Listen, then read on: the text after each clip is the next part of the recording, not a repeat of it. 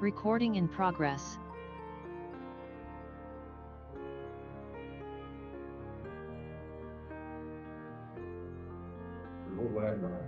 And everyone says, "No, the group, the comment took the way, anybody want to take another way?" Okay. So I put it on the stand, you do an echo, say that again. I was just laughing, but anyway, there was a character called Cousin Weak Eyes. I'm channeling him right now. Anyway, good evening, everyone. This is a regularly scheduled meeting of the Zoning and Planning Committee on April 13th, 2026.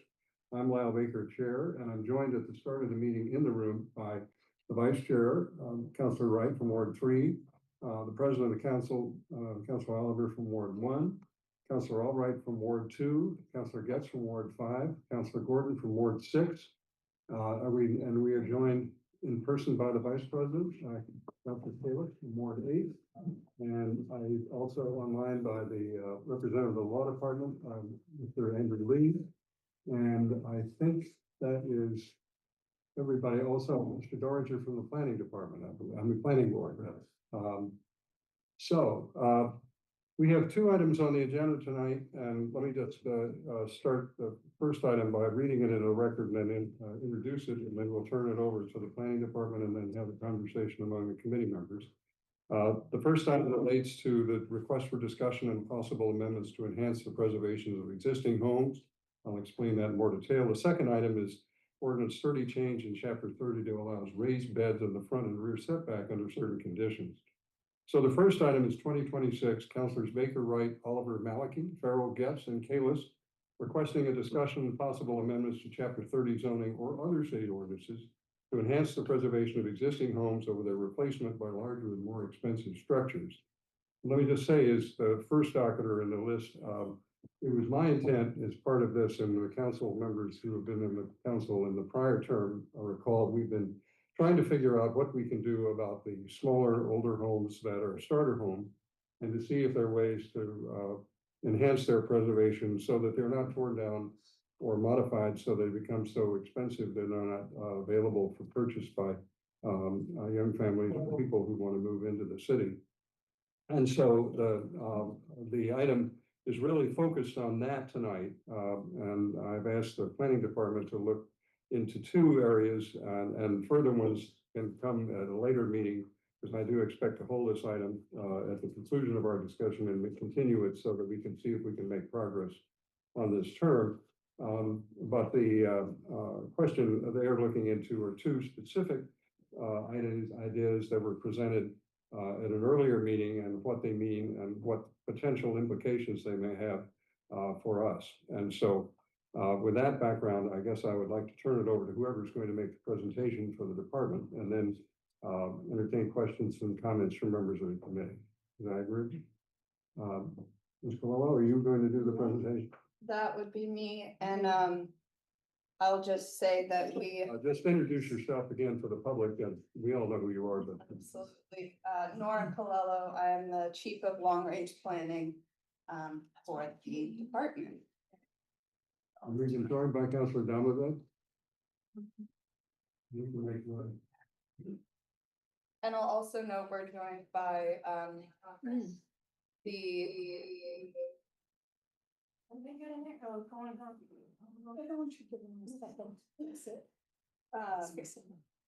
we're joined by the commissioner and the chief zoning code officer. So I will be deferring to them on a few points, as well as the acting director. So tonight I will be walking through the planning department's analysis following up on the February 23rd presentation given by councilors Oliver, Wright, and Getz, addressing, as the chair stated, docket item 2026, the preservation of existing homes. We wanted to ensure that we were responding directly to the councilors' ideas. So you'll see the slides presented on February 23rd, which have the dark blue with the white text, and the department's analysis, which will have the light blue boxes with the gray text. So the stated objectives are to increase the diversity of housing stock, increase production to better address Newton's housing needs, provide climate change resilience by maintaining and increasing open space standards and existing tree canopy, lessen negative impacts on from new builds on abutters, and shift incentives towards development types that we do want. As the chair stated at his direction, today's presentation will focus on concept 2, the loss of modest-sized home to large single-family homes.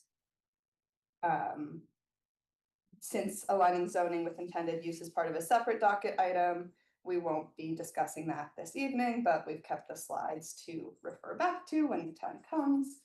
And the presented concern about this issue, this pattern of development where more modest homes are torn down for larger single-family homes, again, as a refresher, this does not further Newton's housing goals or increase density. It reduces usable open space, can result in homes that are out of scale with the neighborhood, and can increase the purchase cost of single-family homes in Newton. So to better understand this pattern, we've analyzed home sales from 2017 to 2024, comparing homes that were demolished and rebuilt with those that were retained. And the key takeaway from this data is that teardowns occur most frequently on larger lots with smaller mid-century homes, particularly in the SR2 district, which accounted for 36% or 160 of the teardowns in our data set. And so we'll look at addressing this issue of teardowns with 2 different tools: a sliding scale adjustment to FAR and large house review. An area of further analysis could be looking at old lot, new lot standards. But first we're going to dig into sliding scale FAR. So as a quick refresher, or for anyone who's online and is less familiar with all the dimensions in our zoning code, FAR is the floor area ratio, or the ratio of building area to lot area. And I think this diagram is always helpful because it can show you how the same FAR can look different on different sites. So this is all an FAR of 0.5. It could be a 1-story structure on a half of the lot, or it could be a 2-story structure on a quarter of the lot. So it really is this kind of interesting fraction. With that in mind, a sort of central question is that we're exploring today is if sliding scale FAR reduction could be a tool for preventing teardowns, and also if it can be effective in reducing the size of newly constructed homes. Can you let me Just one clarification. Yeah. So we don't want to prevent teardowns, we want to reduce teardowns. It's not stopping all teardowns, but Right. reduce Prevent some teardowns is or reducing. reduce the amount of teardowns. So to start looking at that, we need to look at the economics that lead to teardowns in the first place. And just a quick note, this slide is slightly different than your packet. Looking back, I realized this way of expressing it might be a little bit clearer. But What page is that?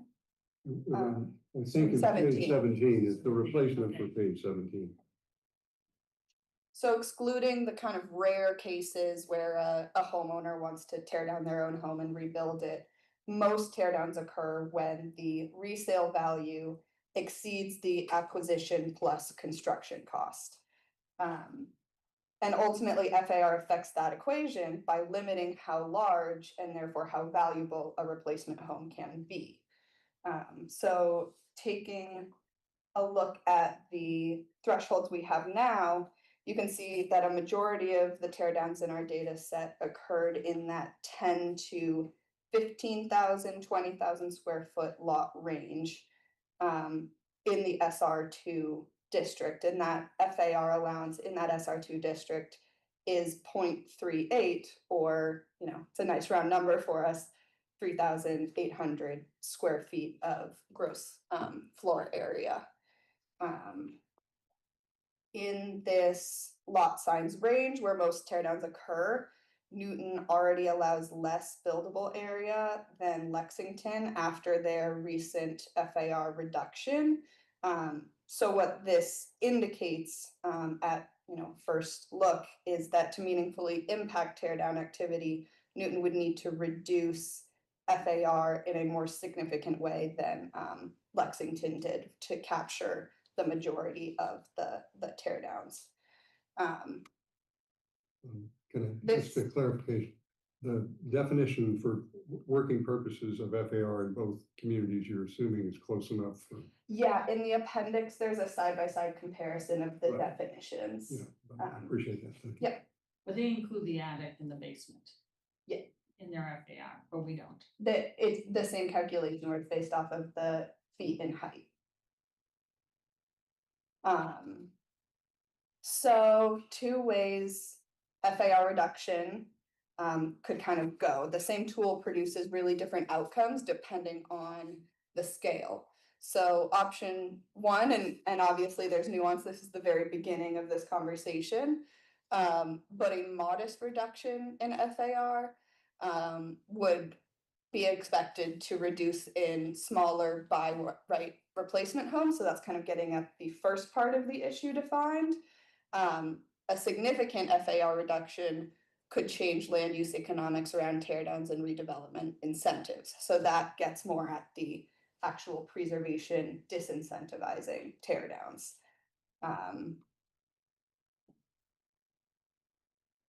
A modifying scale FAR reduction, as I said, it's really a massing control. We wouldn't expect to see teardowns significantly reduced. It would just work in conjunction with the recently passed zoning amendments of facade ratio, the change in height measurement, retaining walls, garage ordinance, to reduce the size of those replacement homes. Pros of a modest reduction in size of replacement homes, or pros of a modest reduction in FAR is a modest reduction in that size. And then in turn, that modest reduction in site alterations. Ultimately, the cons are we would expect to see minimal preservation of existing homes. And if this is a modest change, given the discrepancy that we're seeing today, replacement homes may still significantly exceed the home size of the previously existing home. And I will also note that the fiscal impacts of this type of change have not been studied at this time.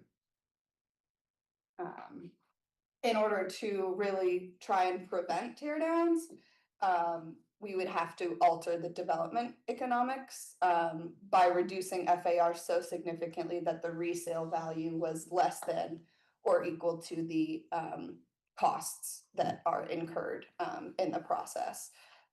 Basically taking away the incentive to tear down or redevelop properties. And potential pros for this more significant change would be reduced frequency of teardowns, basically by reducing potential profit, significantly reducing the size of replacement homes, and maintaining that kind of existing neighborhood scale. Potential cons are that it could significantly increase the number of non-conforming homes, adding cost and time for existing homeowners. That's if we are unable to treat new versus additions differently. And I will pause to let the commissioner and the chief zoning official speak to that if they'd like to. What if if you reduce the FAR? Let me just ask you to identify yourself again for the public. Anthony Ciccarello, Commissioner of Inspectional Services.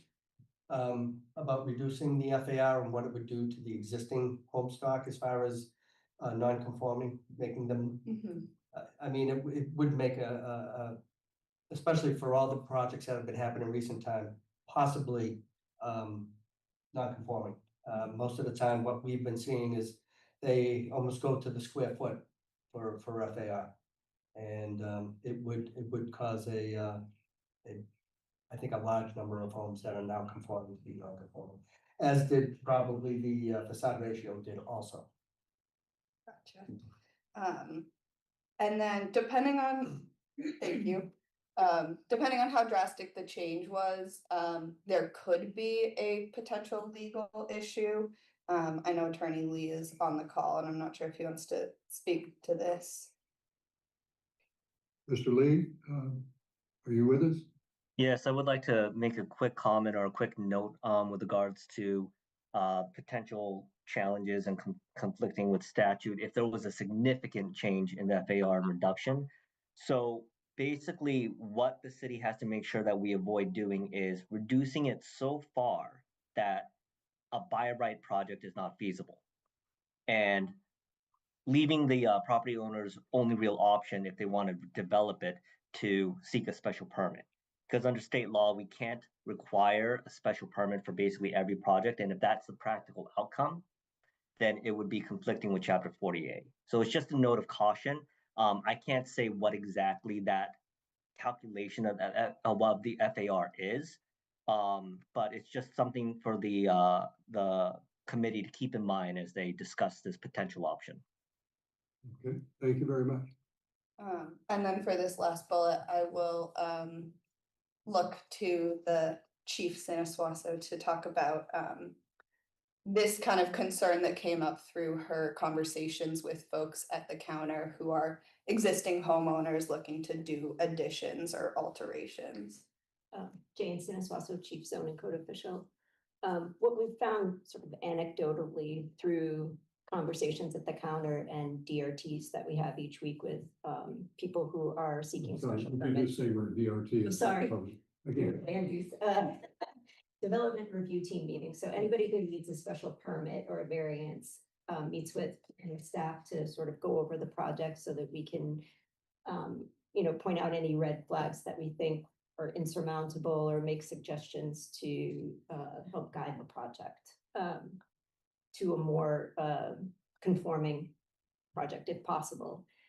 What I found, like I said, anecdotally, is that when people are doing these additions and say, we make a suggestion, what if you did it here so that you could avoid, needing that retaining wall or exceeding the facade ratio or whatever, is that, in these existing homes, the layout already exists. And so where you're trying to put things is guided by the dimensional requirements and now retaining walls, height, etc. And it limits where people can do things. And so I had mentioned to Nora that I think that by imposing these greater FAR or lesser, I should say, FAR requirements, you might actually increase tear downs because people can't work with an existing house. We want a family room off the back of the house where we have our kitchen and we all hang out. But I can't do it there because now I'm conforming to height, but I'm a sloped lot. My addition will increase my height and I need a variance, so I can't do it. Or the layout doesn't work or what have you. And so if you can't make it work, you say, well, I guess I'll just tear down and start over and because I cannot get it to work with what I have. So people who might want to actually preserve a home but can't do it now have this other insurmountable thing where we want an addition off the back. We can't do it because we're going to exceed FAR too much. Then we go this other route. Let's just start over. So then I'll just note here as well that the fiscal impacts have not been studied. So in relation to the stated goals presented by Councilors Oliver, Wright, and Getz, an FAR reduction could provide additional climate resilience through reducing impact on open space and trees, and lessen the negative impact of new build on abutters by reducing massing. A significant FAR reduction may deter tear downs and help maintain the existing diversity of housing stock, but it would not increase the diversity of housing stock. And more broadly, FAR reductions do not shift incentives towards the type of development we want to encourage. Instead, they function by limiting or disallowing the types we do not want. So in that sense, this is a regulatory stick rather than an incentive-based carrot, which is an important consideration as we think about the cumulative impact of added regulation that I know has been docketed in docket item 8426 as an area for this committee to look at. Let me pause for a minute. We have two different items, two different ideas being discussed. I think it would be appropriate for a pause for a minute to see what members of the committee have for questions about this. Councilor Wright, I recognize you first. So I just looked up Lexington FAR, and so they include if the basement's 6 feet 8 inches or higher, but we only include the basement if it's above 4 feet exposed. So it's not quite the same thing. I would expect that most of the FARs in Lexington is including that, and their second floor can only be 40% of, the third floor can only be 40% of the second floor and greater than 5 feet. So would be interesting to take a house like in Lexington and what their FAR is and what we would define it as FAR, because they're not the same. It's right there. Yeah. So, but even that, there is some difference. So like including the finished attic, if greater than 7 feet of height, only that area is 50% or more of the floor beneath it. So if it's only 40% of it, it's not included in the FAR. In Lexington? No, here, in us. No, that's not how it works. How does it? Yeah, so I think you're confusing half story and FAR. So basically, the area at 7 feet can't be, if it's 50% or more than the area at 5 feet, FAR will count at the 5 foot square footage. That's how it works. The half story rule is the area above the second floor cannot be more than 2/3 of the floor below, directly below at 7 feet, right? Yeah. The 7 foot area of the half story, we'll call it, can't be more than 2/3 of the floor directly below. So it's not quite the same. Yeah, no, it's a little bit of apples and oranges, but that's every town defines it. But it'd be interesting, like, and I didn't have time to do it, to do an example of a house in Lexington, this is their FAR, and then this is what you would say in ours. So I'm gonna go. We do have questions at the beginning. So on page 11, I didn't understand this data here. We said the home sales in April 2017 and February 2024. How is the two different dates used in that data? I didn't understand that table. Yeah, so this is homes that were sold in that time period. So it was a way of capturing just a chunk of homes in order to be able to try and compare tear So is it downs to not between- tear downs. Between those 2 dates, or, okay, because it said and so that's why I was like, you took a month here and took a Oh, month there. no, between those dates, yeah. Okay, so that's. Before you leave that one, could I ask another one? on Yeah. that? So, can you explain what's happening? Yeah. So this is trying to compare the year, so the right is homes that were then demolished after they were The right sold. is homes that were demolished. Yeah, Okay. the orange, Yeah. and so, what you can see is that the majority of homes that are demolished were built in the 1950s and 60s. Whereas typically homes, that were maintained were more frequently built in the 1920s to 40s. So that's just kind of giving us a clue of, okay, what's getting torn down? And it's these homes that were built, during the 40s, which was a kind of, different type of, I'm sure Councilor Donovan could speak to this more than I could, but a different style of architecture and a different quality of Got it. architecture. Thank you. And excuse me, Jessica, I want to clarify something too. And the right side says these are the age of the structure torn down, correct? But on the left, it says preserved home year built, meaning what is going on in those bars? And the houses sold or just what do they represent? Yeah, so those are houses sold that were not torn down in that same time frame to try and compare against each other. That's good. So It says year built. yeah, but I guess I'm trying to get an understanding is that if a house that was built in 1920 is sold, Yeah. but not torn down, it would show up as a purple line. And if it was in 1920 and was sold and torn down, it would show up as an orange line in your. Exactly, yep. Okay. Right, I just want to understand what the two things are. Could you also explain the percentage? What is it a percentage of? The percent of that subset. So this is the percent of tear downs. So for example, 1960, that's 25% of the tear downs were built in 1960. Okay, and this is on the preserve side, 20% of the homes that were what? That were sold between those time periods and preserved were built in 1930. Okay, How many total houses are we talking about between those two? It's roughly 500 to 5,000. So about 5,000 homes total on the preserve side and about 500 total on the demolished side. So 5,000 were sold between, Roughly 5,500 were sold and between 2017 and Yeah. 2024. Okay. Okay. So one thing I think wasn't clear, at least from what Counselor Oliver and I were trying to do about this sliding scale FAR, is not to use it for existing houses. So if people want to add an addition, they get to keep the FAR that we have now. So they could make a bigger house. So that's the whole idea behind it. And it's only if they tear down, and that's a definition that we need to define the tear down, is then they would have to have the sliding scale.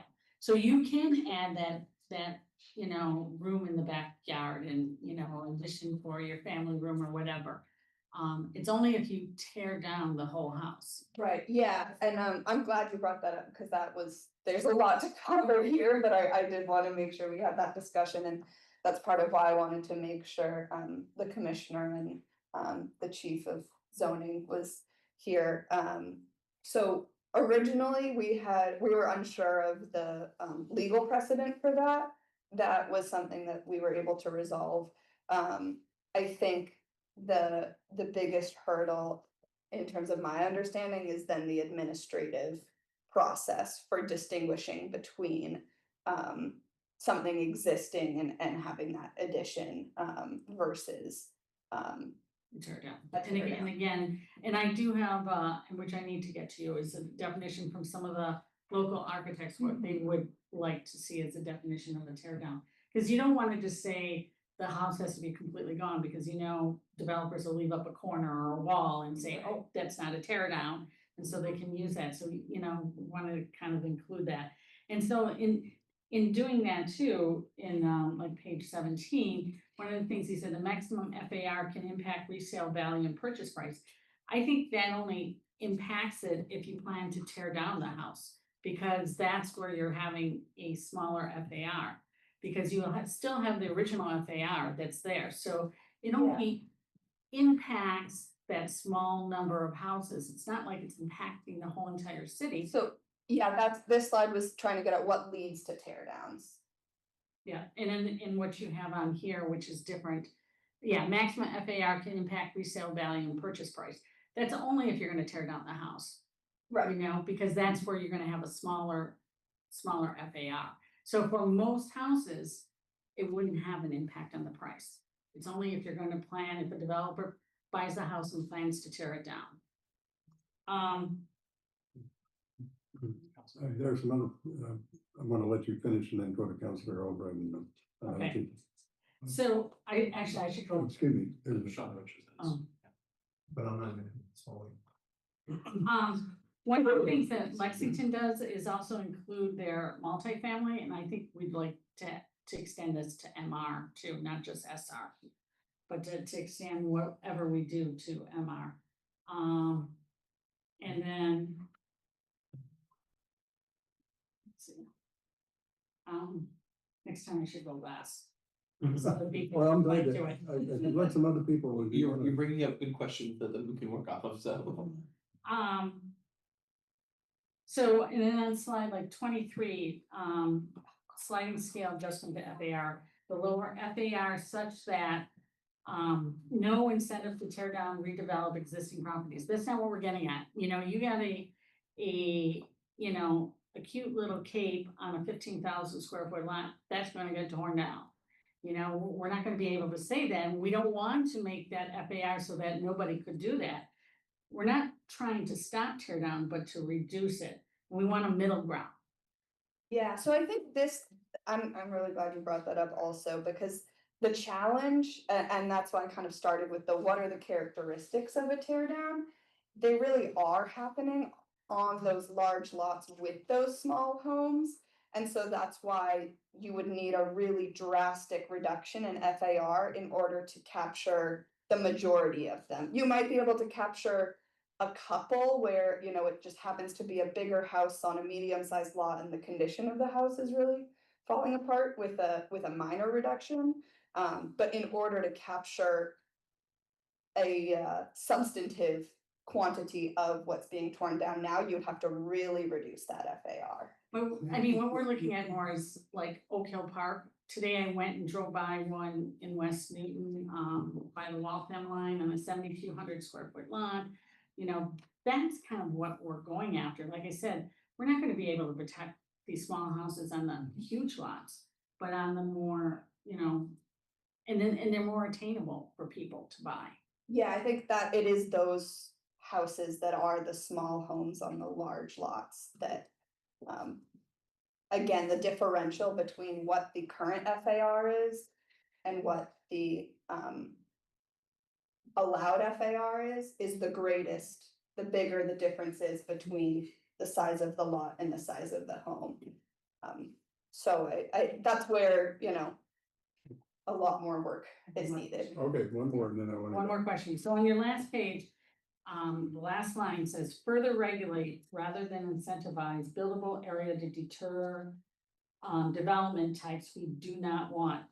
How do you suggest to do that? You just kind of put that in there, but you So- don't have any backup on that. That's the asterisk of shift incentives towards development types that we do want. I was saying that a sliding scale FAR adjustment wouldn't shift development towards what we do want to see, but it would shift development away from what we don't want to see. So it was just kind of saying it doesn't technically meet that goal, but it kind of meets maybe a different goal. I just wanted to kind of nod to that distinction. But what we're trying to do with the sliding scale is not tear down, you know, not rebuild, and not all of it, but for some of them. Right, so it's regulating against what you don't want instead of incentivizing what you really There's some want. things you can do in both. It's a double negative instead of the positive. If I can put it that way. Are you all? I'm done? done. Yes. No, you don't have to be done, but just say you finished the note. We have other questions. I've learned that we don't know. Anyway, let me go in order. Councilor Albright? I don't think I have that many questions. And you said you haven't done any fiscal analysis yet, No. but I think we need to understand the impact on new growth. What percent of our new growth is because of these tear downs? And I don't think you're gonna know, I don't expect you to know the answer to that, but I think it's something we need to know. I'm trying to remember, I think I do know the answer to that. Okay. Building permit combined with new growth for single and two family homes brings in roughly 10 million a year to the city. What about special permits, like big apartment buildings and things like that? That's single and two family. I don't know about the other. That's not happening very much lately. We're not doing as much of that as we used to do. But that's good, 10 million. Which is the building permit combined with the net new growth revenue from single and two family. That could be some additions as well as. So I here. guess, to Councilor Wright's question, we need to know what percent of new growth does that account for? Mhm. So that would be good if you could figure that one out. Yeah. Because we are talking roughly 100 of these a year-ish. Mhm. It varies, obviously, Yeah. but it's, yeah, and which is, well, That's what the analysis would be. Mhm. We'll stop there.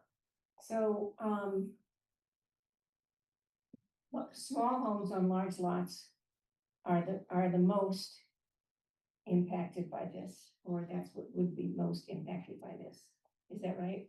Not quite. So it depends, this is why I thought it was helpful. And it, you know, this is complicated, so I kind of put it into a binary.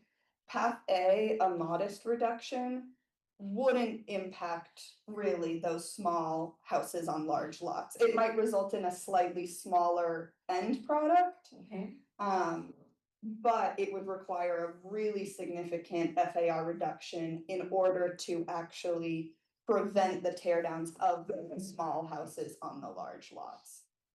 so and hence the notion of why don't we incentivize what we do want instead of, because if they're gonna tear it down anyway, maybe we can get them to build something else. Yeah, so I actually just did a little extra analysis today and I'll send this to you, Miles. But here you can see the distribution of FAR of preserved homes versus those that got torn down. And this is for SR2 lots, 10 to 15,000 square feet. And the FAR of the ones that are getting torn down is closer to 0.2, whereas the ones that are preserved are almost normalizing right on what our FAR allowance is for an SR2 on a 10,000 square foot lot, which is 0.38. Okay, So it's going from what, and it's going from 0.2 to what? To 0.38 to the maximum allowed. Okay, okay. And are these all single family? That's I mean, it says. Yeah. I'm just making sure. Okay, let me see if, I think that might be all the questions for now. we have the other section too, remember, you can always come back for Yeah, the, yeah, for the coda to the, okay, good. I'm good for now. Councilor Donovan. Thank you, Mr. Chair. So I think I do have as many questions, but Sorry, do you want I'm to just working down the. It's queuing us. Oh, I didn't see your hand, so. I was thinking, Do you want to? well, you go and then I'll go. I'll keep it specific and strategic. Okay. So one question, if we could go back to the orange and purple diagram that I think we all had a couple of questions about. And maybe this is a question for Chief Sanasuaso, which is, I'm curious to know, do we, I'm trying to phrase this exactly right. People's taste in buildings change and our tolerances for what we deem to be historically valuable changes pretty quickly, actually, like within a decade. And so looking at this from data taken across about 8 years, I'm kind of curious if we took a sample in 2017 or ideally 2015 and then a sample in 2025, would we see the tear downs be more shift forward basically? Because people might, in 2000, 1960 didn't feel historic, but in 2026 it does. Do you understand? Yeah, I think that's I think there's kind of two pieces to that. One of that is very subjective, right? And we all have our own personal taste. I will say that I think that the quality of architecture changed because of what was kind of happening in the world. And just because of the speed at which they built those post-war houses. That's not to say that there aren't wonderful post-war houses, but I think maybe the quality of the construction that was happening pre-war is standing up a little bit better, which would indicate that this might stay as it is. But that doesn't account for the more subjective side of things. Yeah. I'm gonna ask a pause for a minute. The president has to go to a finance meeting for a minute, and I wanna, maybe more than a minute. Would it be helpful to have Nora do the second part just of the presentation and then come back, or what would your preference be? Thank you. No, let me, you all should carry on, so I hope this won't be terribly long, I hope. I would carry on and I'll come back Okay, and. but just so the public and other people know that by operation of our rules, the president is an ex officio member of finance. And so, if he's, it matters if he's showing up occasionally, so, even though we miss you. All right, on that note, I'll be right back. All right, So I guess, okay, carry on, I'm sorry. no problem. I guess my point there is, I would just be a little bit curious to understand if that has changed over time. Yeah, The other thing is a little bit of a clarifying question. I think we all were kind of real time trying to process Councilor Wright's question about Lexington's FAR versus ours. It might be helpful to have just like a really simple sectional diagram of like what Comparative. what the commissioner was saying of like 5 feet, 7 feet, what counts, what doesn't. yeah, You know. I would say, I mean, I defer to those experts. I think it's pretty close in terms of what it counts, give or take a margin of error. What would you say? I mean, a lot of the builders will they build around the ordinance. That's what they do, okay? That's their job, their architect's job is to build a house that will work in Milton without triggering or going over the FAR if possible. And so, as far as Lexington's and our FAR, so basements, they're gonna include a basement at 6'8" height. For us, it doesn't matter. It could be a crawl space and it could include. So, you know, I think there are a lot more chances of FAR counting in Newton than in Lexington. Also in the attic area, also the area above the second floor, they will design, like I said, to beat the ordinance. But I mean, that's their job. You set the rules, and just like any football game or anything like that, you have the rules, and you know, we're gonna make this play. And As long as we have a good umpire in the commission. Yeah, I think my point is just that having a visualization would help to understand, even if it was just ours. Yeah, Of ours, yeah, I think that could be helpful for many people at the counter too, so. Yeah. confusing, to say the least.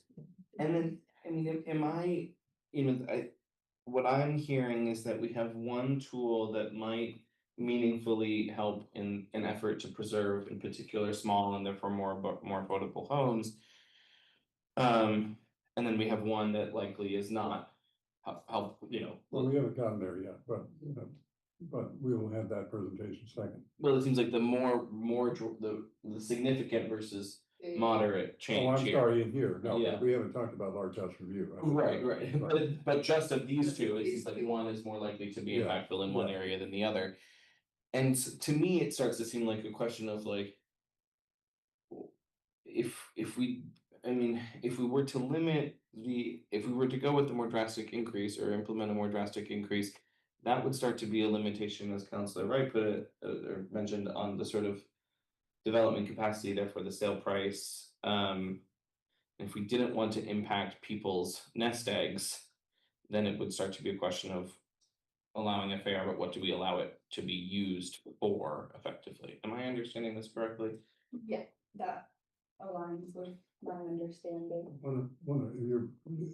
I should mention that, just as a matter of history, the scenario of people, we used to have a situation where the FAR applied to new construction, but if you were doing an addition, you didn't count it because you were maintaining more than half the house. And what developers were doing were saying, I'm maintaining more than half the house, and then building this enormous structure around it. And so that's what led us to modify the rules so that FAR applied across the board. And that in effect limited some of the value that those properties had, because we were saying that FAR applied whether you were making an addition or whether you were building straight out. But so we have the precedent of having modified the market forces because we thought, as a matter of public policy, it was a better result. So now that doesn't mean that, we want to do it here, but I just want to say that this has happened in the past in the city because we have been concerned that things were oversized and not fitting into the context, just like all that we've talked about.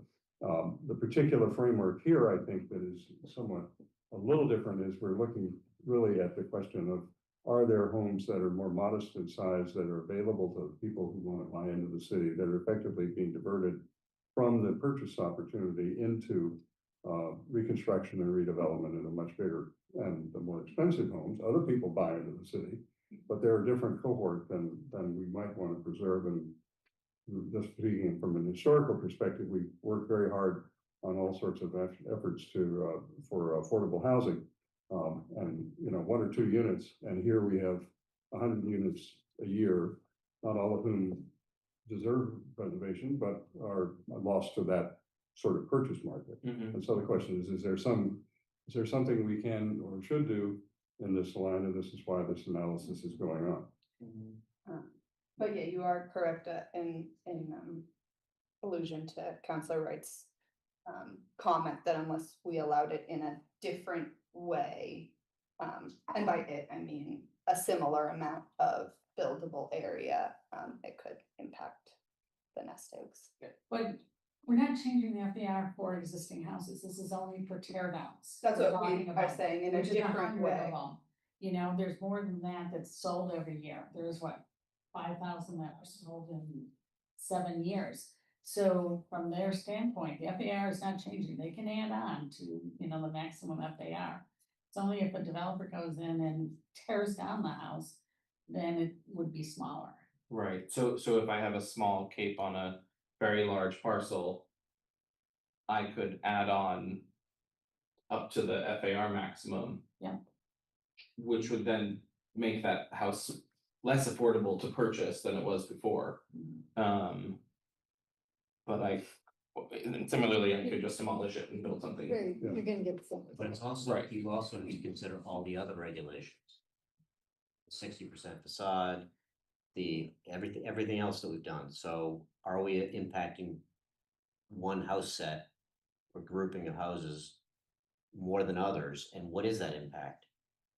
So when you say, but it's only impacting a certain number of houses, well, what are all the other ordinances impacting, and how does it impact this set of houses?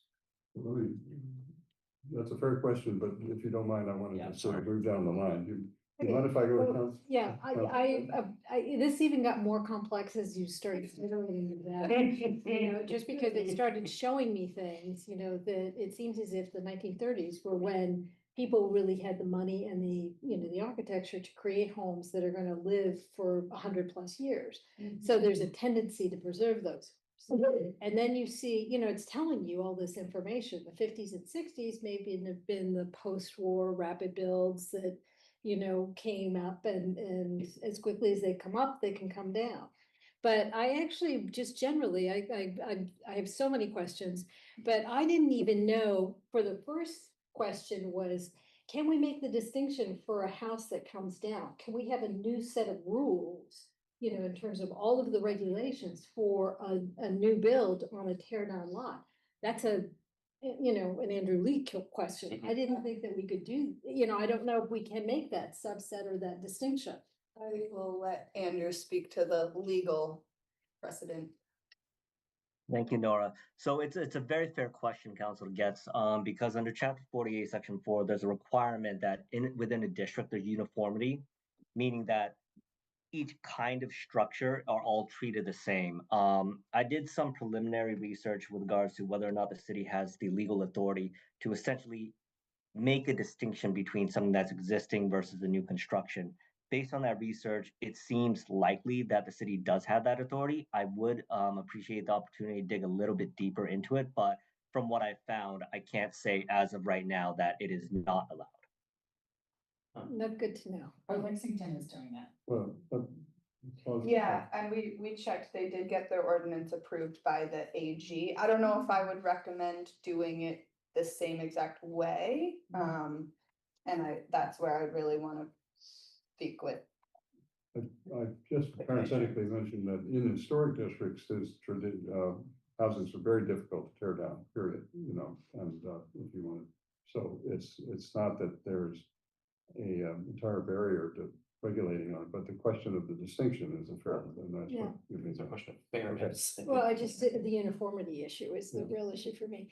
Then the next question I had was just, you know, because this is telling me that if 34 or 36.4% of the total in the SR2s and the SR3s are the lots that are getting torn down and redeveloped, it's saying that there's inherently much more value in those parcels, so. There is a quick caveat that I will, just to make sure that the data is clear. You can see the redevelopment rate in the zone, so partly there's more tear downs in those zones because there's more parcels. That's what the Full other stop. question I had. I needed to know the total number of lots in each of those residential zone, Yeah. designations. So I needed to know what the total number was, like how many SR1s we have, how many SR2s. So you can kind of get a sense of that. I'm happy to go back Yeah. and provide that, but you can see about 10%. It's pretty evenly distributed in terms of the tear downs. It's almost 10 across, rounding across the board in terms of what's happening where. So redevelopment means wait. tear down. In this In this part. Yeah, so this is, so in this context, it's Yeah. tear down, so compared to the SR2 lots that were preserved, about 10% were torn down. Okay, I was seeing redevelopment rate in zone as how many of the total number of SR2s, there was, you're saying comparatively in terms of the total number of, in that subset of preserved versus redeveloped? Is that where you're, No, I think the way you just described it is accurate. okay, It's about 10% in okay. that zone, and so it's 160 because there's that many more parcels in SR2 than, let's say, MR3. Okay, but what I'm suggesting is that there seems to be a tendency to tear down it's higher in SR2 Yeah. and it's higher, down in Oak Hill. Because I know that Woburn is right behind, Oak Hill in terms of the number of tear down. Right. So it's telling me that what are the factors that lead to, what is happening, and what are the specific, we have to narrow this so that we understand what are the levers, what are the tools that we can use in order to effectively, incentivize Yeah. keeping the houses. And I think I'll definitely get those numbers to you. I think part of it too is lot size, right? If you look at the minimum lot size in each of these districts, it's SR2 is kind of the mid-range of those larger lots that make that FAR more enticing, because if it's a smaller home on a larger lot, it's more likely to be torn down. Right, but I live in an area that's designated SR2. I have lots around me that are 22,000 square feet. Yeah. So we've got, I call it like residual or, FAR, in the Yeah. sense of like, there's a significant amount of FAR. Yeah. And that's why it's incentivizing Yeah. the houses coming down so that new builds can go up. Totally. I guess if I can add to your question, which what I'm thinking is that if you look at the proportion of the properties that are demolished, a big chunk of them are in SR2 and SR3 and MR1 to some extent, but the blue zone as you've highlighted it.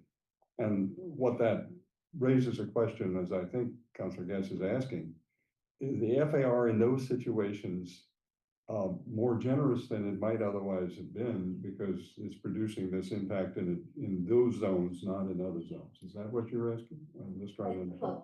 Because I know that, but if you look at the 2011 recalculated FAR, the sliding scale, as the lots get smaller, it goes higher, but the houses themselves are so old that, the FARs are usually a third, if not a half. Right.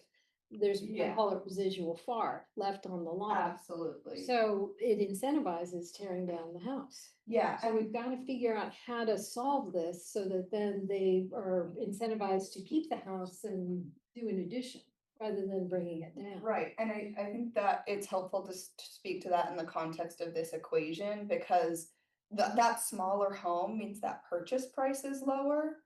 And so it's both a smaller home, making it less expensive for the developer to buy it, and then they can turn it into a larger home, so they get more of a profit.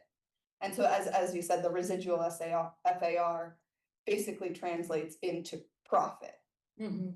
We've basically created that value by our table in a sense. Now, whether we've adjusted or not is another whole question, Yeah. but But then we have to disassociate the cost of the land and the land value, you know, and then the home value, and you see that in real estate listings. You know, and I sort of see this as, I don't know that we can solve this problem, well, seriously. I'm very, it's tough. this is why we're having this Yeah. discussion. I wanna give everybody on the committee a chance to ask a question if they have any, and then come back to the second presentation, then we can continue this, but let me make sure people haven't heard from Councilor Gordon. Thank you, Chair. I'm just thinking that this was a very big issue in the election, right, for the mayor. And my guess is most people weren't worried about the smaller capes on bigger lots. But we're really looking at a lot of these houses from the 10s, 20s, 30s, and 40s that are being torn down. And in my neighborhood, it's significant. They're all MR1 and MRT. And they are building unaffordable houses. So even though we're talking about smaller houses that we would like to preserve, and you were saying it doesn't increase the stock, but by stopping the demolition of the areas and selling it more affordable for Newton, right? $1 million is not affordable for most of the country, but in our area, $1 million house might be a bargain for some. I think we have to be mindful of that, because what's happening with some of these MR1s is that a house is being sold for $8-9 million and being torn down, and then a gigantic house is being put up that goes right out to all the lot lines. And I think we have to think about that when we're looking at how we want to structure this. I'm also curious, do we know how many homeowners are tearing down their own house because they're not able to do what they want to do? Because that's been mentioned a few times. I know of one person who tore down their house and rebuilt a 2-family. And so I'm just curious if we have that. And I guess what I was hoping to hear is a little bit more of a recommendation on, you know, what we can do to try and preserve, especially some of these older homes. That I think a lot of people are concerned about. If you drive in Newton Center, Newton Highlands, there are beautiful old homes that are being demolished. On Dudley, there was nothing wrong with it. Yeah. So, I will admit I'm new to this, so I'm learning. I have a very steep learning curve, but I am guessing there are people who are watching who may know as much as I do, and I think it would be helpful to really think about what real solutions there are to try and disincentivize tearing down a home. Yeah, let's see, I can kind of try and remember what to address. I think in terms of Jane, I don't know if you want to speak to, I don't want to speak for you, but when you were mentioning the houses that homeowners might be kind of just starting over with if they can't make work, that was if we were to further increase regulation, or are you seeing it frequently now? Say, I mean, we see, excuse me, the ones I'm looking at are only going through the special permit process. I'm not looking at the by right ones. Would you say it was like a quarter? I would say about a quarter of the special permits that go for they're going for FAR because they otherwise don't need it, are probably homeowners tearing down their own homes and rebuilding new. I just don't know what the delta is after they purchase the home. Yeah. You know, that's the one variable I'm not sure of. And then, just to get to your kind of looking for recommendations, that's really where I hope to end up.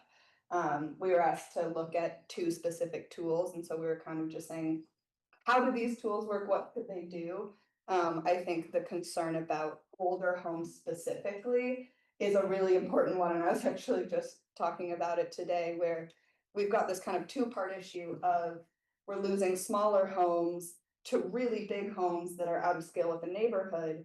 But then there's also a third issue of we're also losing some really architecturally beautiful homes and really, you know, old homes that might not be in a historic district, and maybe they're just waiting out the demolition delay.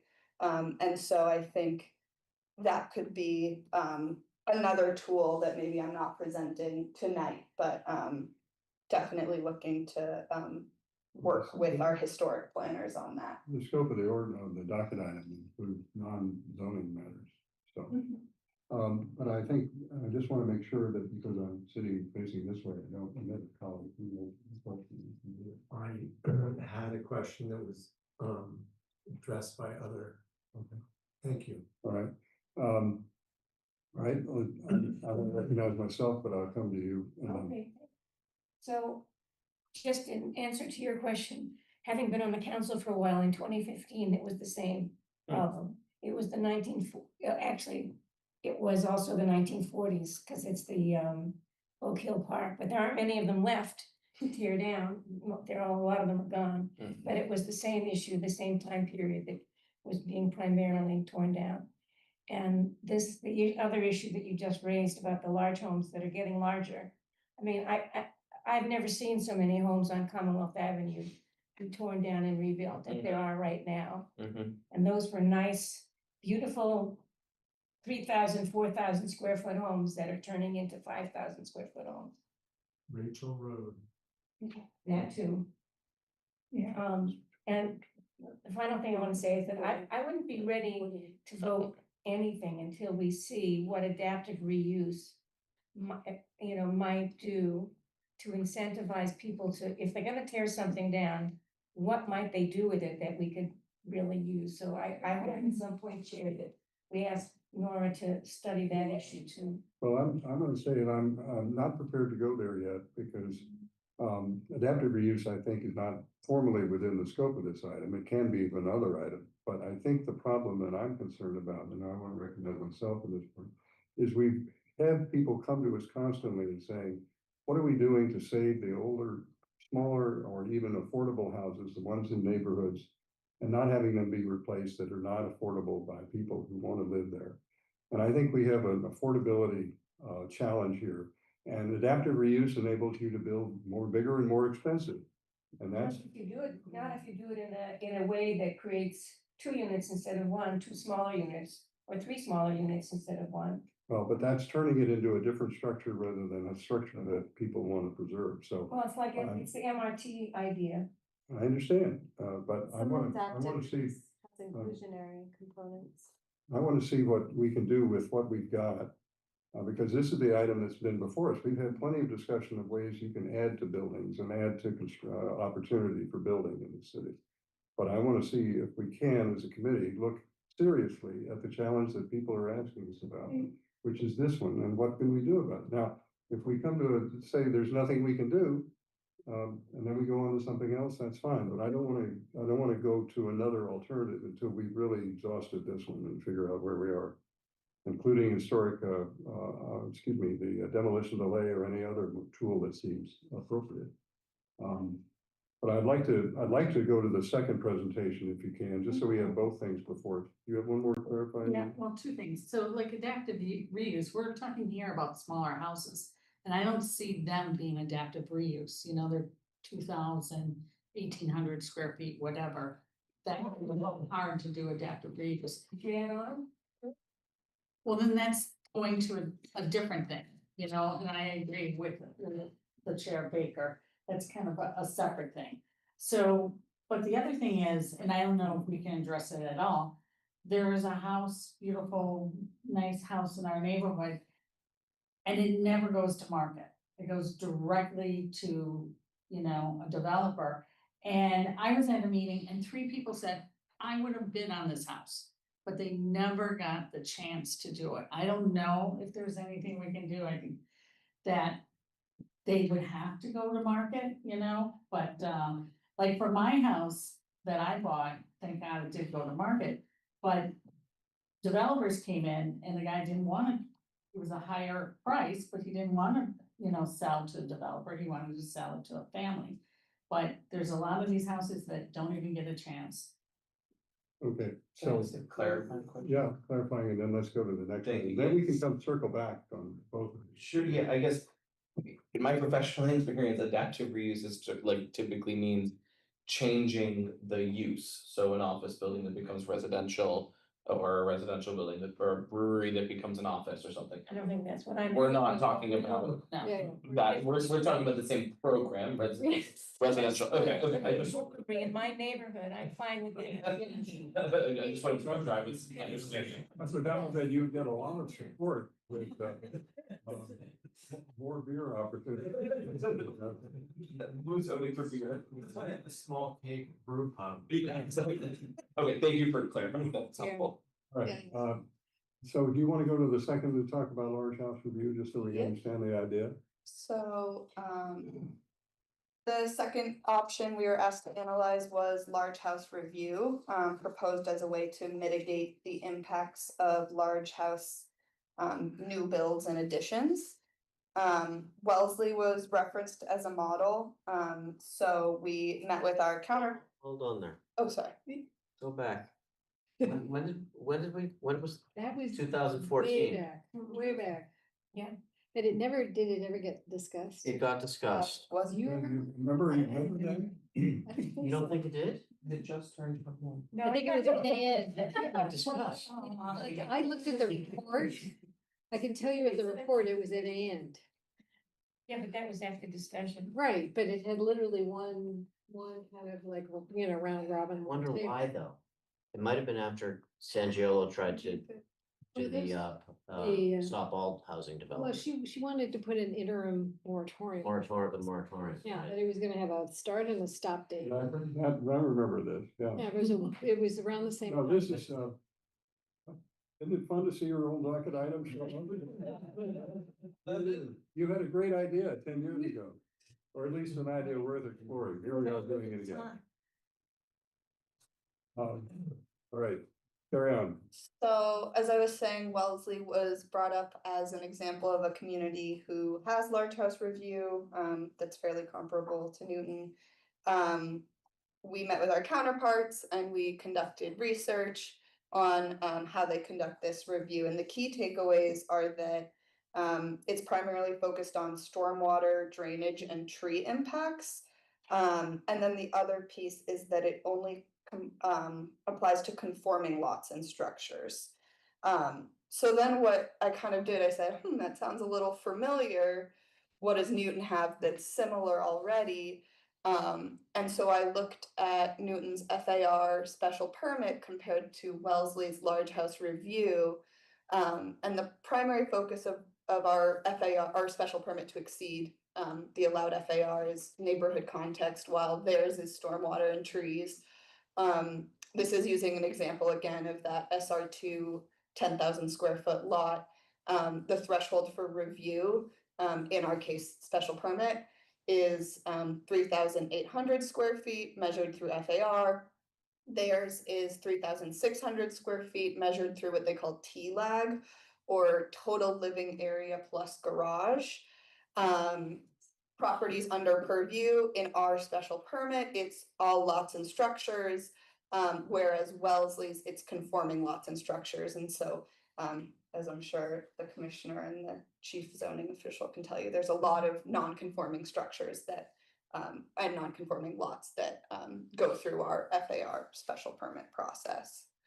I also wanted to see, okay, if their primary focus is stormwater, what other regulations are kind of in the mix? So Newton Stormwater Ordinance, in short, is triggered much more quickly than Wellesley's, at least for the kind of more thorough level of review.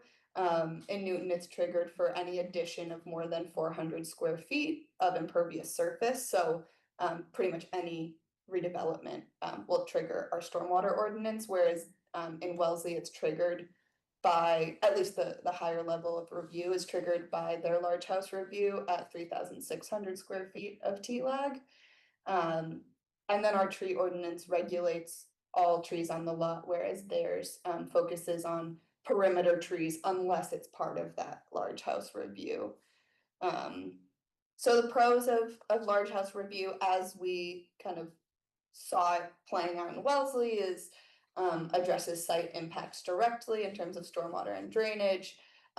It's more flexible than a change to a dimensional regulation. Yeah, Oh, we can wait Okay, Ready to I'm talk to her? almost done. later. Okay. It seems to be it's a bit of a misnomer. It's a pretty weak control for limiting the actual size of the house. They said the only real design change they've seen is like some minor modifications to dormers. It's review only, so it means boards have limited authority, which can lead to some frustration from abutters who might think that someone could deny a project that. And then it also creates some ongoing regulatory complexity. You know, any future modifications trigger re-review. So if somebody built a house through large house review in Wellesley 15 years ago, sold it, someone else bought it, and they want to add a sunroom, they're going through the large house review process again. Ultimately, I think some of this is captured in Newton's stormwater ordinance and our tree ordinance. So there's that, and when we compare it against the stated goals, really it just gets at providing climate change resilience, open space and trees, and yeah, so I think unless we were to invent our own review process, we have the special permit process. I think in terms of getting at what we want, that would be the place to look. I'm gonna just ask a clarifying question. That last point is, I think, important. Is the large house review in this model does not seem to capture anything that we already don't do, or we already do this through the special permit process. But if you wanted to say, aside from special permits, if you're building an as-of-right house, and the as-of-right house is a big house, you know, because it's a large house review, let's leave the definition aside. Is there a possibility of this tool having some benefit independent of that? Or is our special permit process really capture? In other words, you could say there's the universe of houses that are subject to as a right construction, and then the universe of houses that need a special permit to get bigger. You could say, is there some subset of the as a right where some intermediate review would be appropriate? And is that because of its size? That's a large house, but not special permit review. And that's not what Wellesley does, but is it something we should consider? I think I would let the folks in current address that. I think we have the special permit process. I think it depends on what the goal is. I think it could seem nice to have something called large house review. I'm not sure how much material impact it would have. Yeah, I mean, so a special permit is a discretionary permit, right? The land use committee can say no. Whereas if it's a review, it's merely a review. And so they might say, well, you know, make your dormer smaller, add more trees, but it's not a yes, no. So it would be minimally impactful. It would be my guess. I think the downside really is that it could be misleading, where abutters could come to a meeting where this large house review is happening and say, hey, I really want you to make this smaller. And as Jane said, it's a review, and the developer can say no. Okay. So, All right, before you go, I want to give Councilor Kalis, since the last surviving docketer. So. So, can you go back a slide there? So what we just talked about is probably why it was, never moved forward. However, I love it because of the more flexible than changed to dimensional requirements. And I like what you just talked about, Chair. The idea of inventing something that has teeth. I mean, if we're gonna start thinking about this seriously, it could be an add-on to our existing special permit process. It could be something completely separate. It could be something completely new. But I think when we're talking, I mean, we've been talking about this over 10 years, and it makes me nervous to actually to develop ordinances when we we don't allow flexibility. It's interpreted by one person, which is fine, he's a good person, but. But So you know. but when you have, but something that is implied by a review. I mean, we could state that what our goals are. So people going in know that if you're gonna buy a small house on a large lot. You're going through this review and this is why. And you're probably gonna be limited by what you can build. And if we could do it by different types of lots. I mean, there's ways to do it, I think, but yeah, it's a lot of work and it would be inventing something. We'd probably have to look at other communities than just Wellesley. There are probably other communities that have something, but I think there's something here that could fit Newton specifically if we create it. Okay. I'm gonna recognize the commissioner a minute because he's commissioner. Yeah, so we're talking mainly by right projects, correct? I just do want to make just a statement that we're already getting complaints that from the time to issue a building permit in the city is taking a rather a long time. And I believe that this would also add to the permitting process and would delay further issuances of permits. I'm just speaking frankly for my department on issues that I've run into in that they're looking to see how we can issue permits quicker. But I think adding another review for a by right project, which almost looks similar, very similar to what we do already as far as engineering, drainage, things like that. But I just want to respond, because on the face of it, yeah, it would seem like you would add, but if we worked out what the specs are and we said, okay, if it is a small house on a large lot, you've come in, here's what you can do, here's what you can't do. So they know right away. So Yeah, it's no administrative time. We've already put that time in, they'll already know. And so I think there are ways around that. Yeah, I don't think we can tell them what to do on a by right project. That's the problem. You know, let me just clarify. I think part of the challenge is that the building department or the special services, operates with objective criteria. The building this high, there's a building this wide, and building this the number of square feet. Yeah.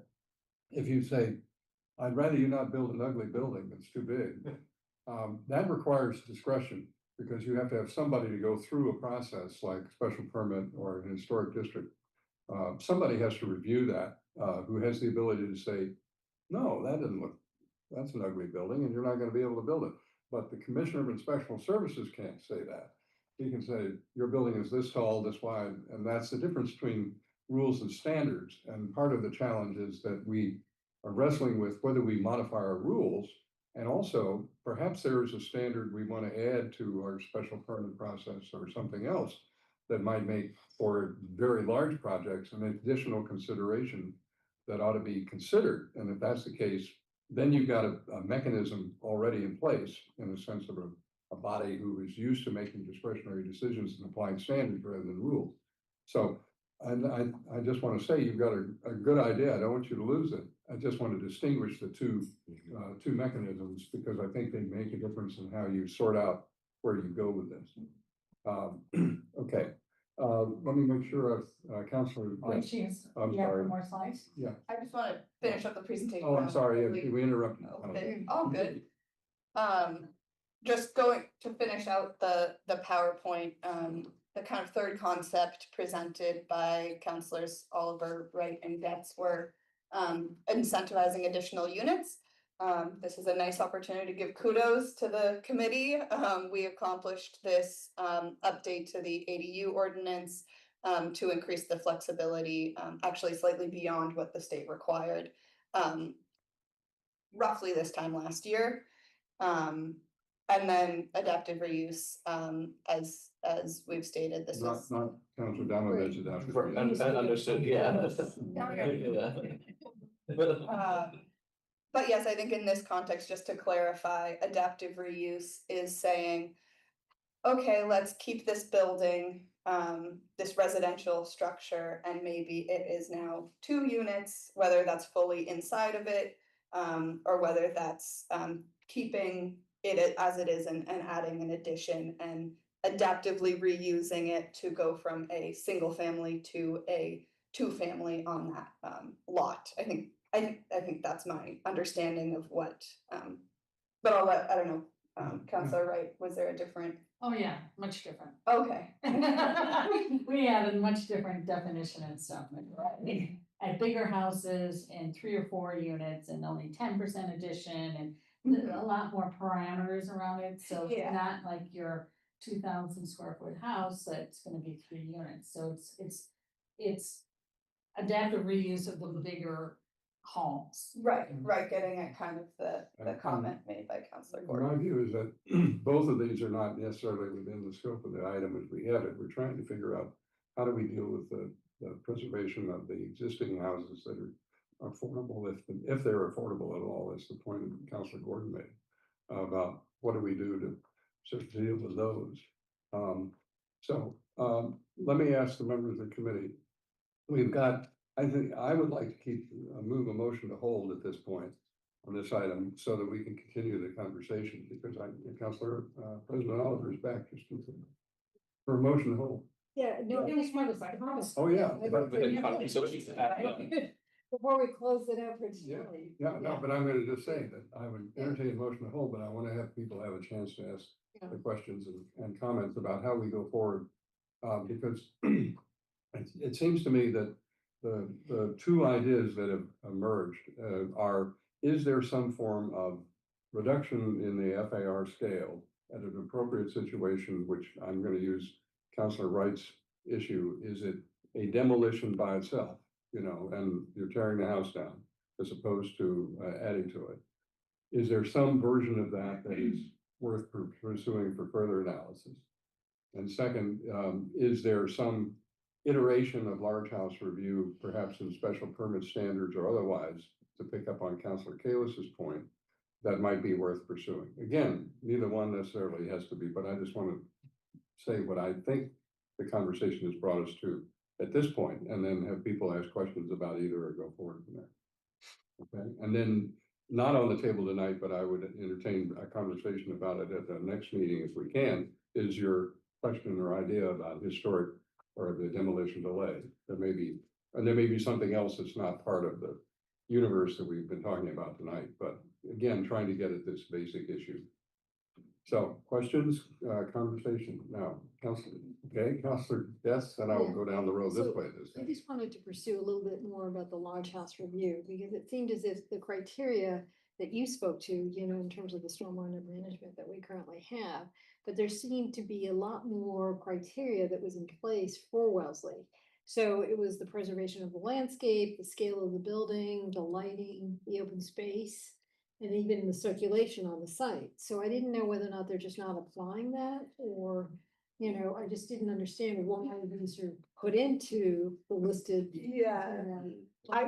Criteria. I'm gonna take my guess, and then I can know Jane has a comment as well. I think part of it is, and to the commissioner's point, it's a review, and so I think really. Finding Wellesley. Right, but they can't deny, so they have less leverage, whereas they have a stormwater ordinance that it's triggered by, which gives that aspect some kind of teeth. That said, it's a different community. Anecdotally, we heard that the size of the buildings haven't really been changing. I don't know, Jane, did you have a comment? No, I was just thinking all of the things that you mentioned, Councilor Getz, are addressed when a project goes through the special permit process. So if you're exceeding the FAR, you're going through the process, they're going to be looking at landscaping, impact to the neighbors, etc. Yeah. Well, it was the Urban Design Commission, in reading through some of the prior notes, was a potential place where, they would be the review body, in terms of just if you had established criteria and that people understood. But it's also, thinking about contextual, you've got like 38, not even 38, maybe 2,400, book for area down the street. And then in comes the, around the 5,000. there's like this jarring kind of like, we need to think how this is going to really fit within the context of the rest of the homes in this area. So that became another issue, you know, because we do the 60% max frontage build out now. You know, we have the garage, so we are somewhat, you know, addressing the streetscape. But I also think there's a higher level when we start doing this exceedingly larger home in a street that's got, it's going to incentivize the other homes teeing up to be the next one. you know, In the by right context or in the special? In the by right. Mhm. And you see it all the time. You know, Fuller Street's a great example, you know, bing, bing, bing, bing, each house, you know, gets redeveloped. And it's why bother preserving my home or maintaining it, you know, because it's gonna be the next one. So it's that kind of discussion that I think we're trying to sort of figure out what is the best way, what levers can we pull, you know, in order to, you know, promote the idea of keeping the existing housing stock. Okay, I don't know if that's a answer or a question or. Understand, because I understood that our stormwater management, yes, is addressing some of Wellesley's, you know, what they put in place, but there seemed like there was a lot more that they were asking for. You know, and I was, because I sort of see this as theirs is by right, you know, it's not special permit. Okay. This is a good question. I don't know if we have an answer yet. Council Donovan. Well, I'll start there, maybe I hadn't planned to, but I mean, it seems like our tree ordinance is another thing that's kind of part of that math that helps us kind of get there, but it also kind of seems like what we're really talking about is a sort of binding-ish site plan review for large houses, large defined based on some metric, that are also by right. Is that kind of what we're talking about getting at? That's a level, yeah. And I don't know how, I mean, that also seems tricky because every neighbor, if it's contextual, every neighborhood's gonna be a little bit, I don't know how you would design the parameters to pull that off. You'd have to do a lot of study. Yeah, so I'm not necessarily against it, I'm just saying I don't know how it would work. But I guess I'd like to go back a couple of steps too. It seems like tonight we're talking about preserving existing homes. And the tool that I feel like I think Counselor gets at it, I think Counselor Gordon hinted at it, like, how do we incentivize that? We talked mostly about sticks tonight, I think.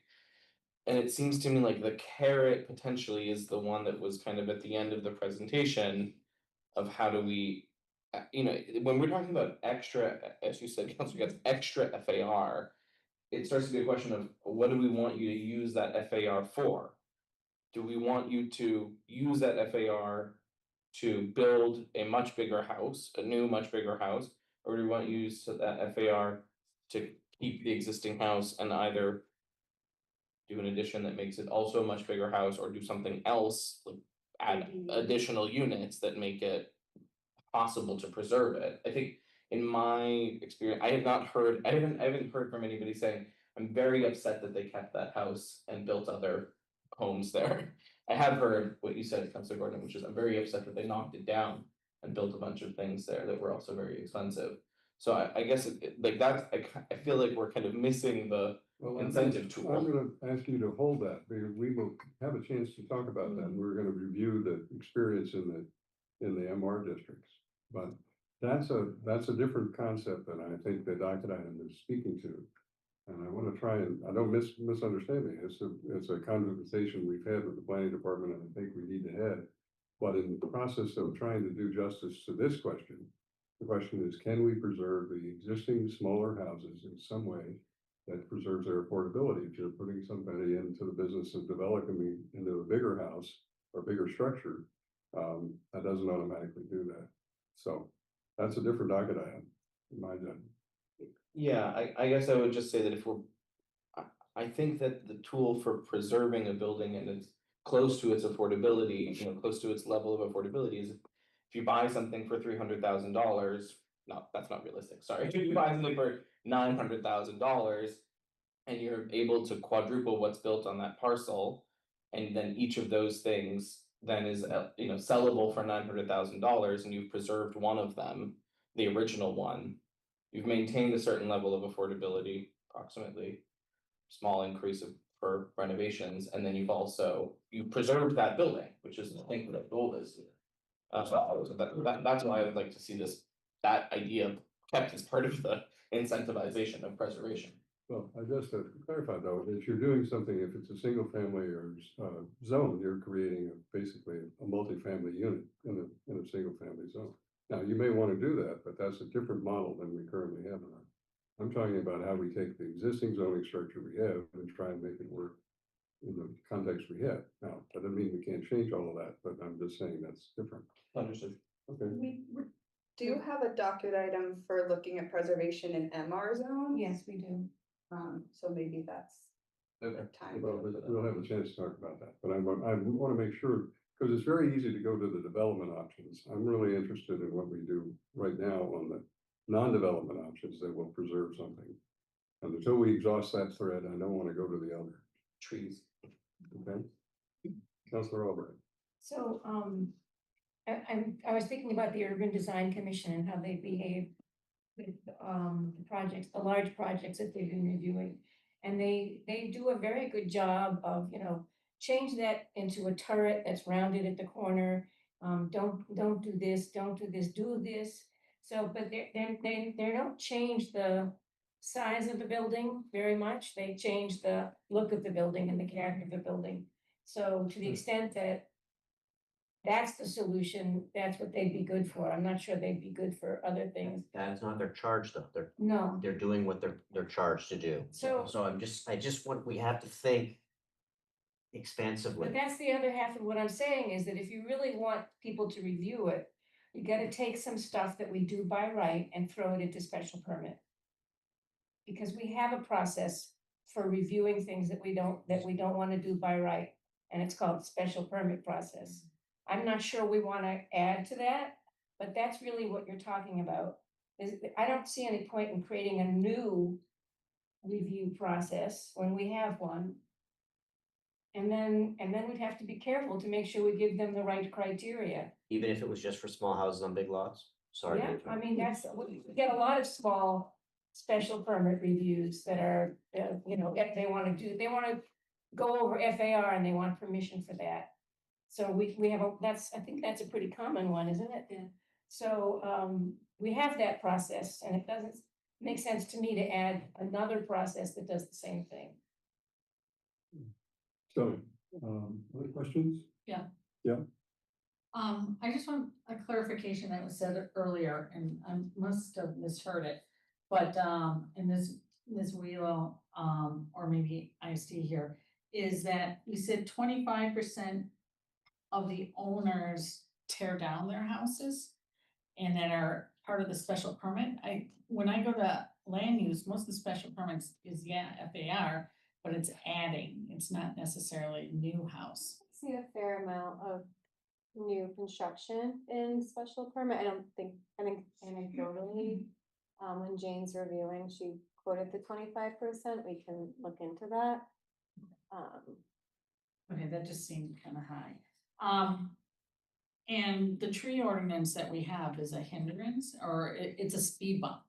They can still take down the tree. It might cost them something, but they can still take down those trees. And what we're discussing here is preserving the single family home, so not making it 3 townhouses, but a single family, having people having the option to buy into Newton in a single family homes. Because right now, most of them are condos, and some people would like to be in a single family home. And so that's what we're trying to do here, which I think. I was wondering, in the large house review, it says, what percentage of wealthy structures are non-conforming and how does that compare to Newton? Because you just mentioned that, I don't know if it's kind of similar or not. And then, what percentage of Newton lots are non-conforming and are these being torn down? So the houses that are non-conforming, those are getting torn down anyways. And then whatever they have to build according to, you know, our FAR and our setbacks and things like that. So I think it's more the non-conforming lots that's an issue, not so much as the structure. Jane, do you want to speak to that, or Katie? I'm sorry, can you repeat the question? So one of the things that came up here was lots under, preview, and it says, large home review does not apply to non-conforming lots or structures, I think in Wellesley. But,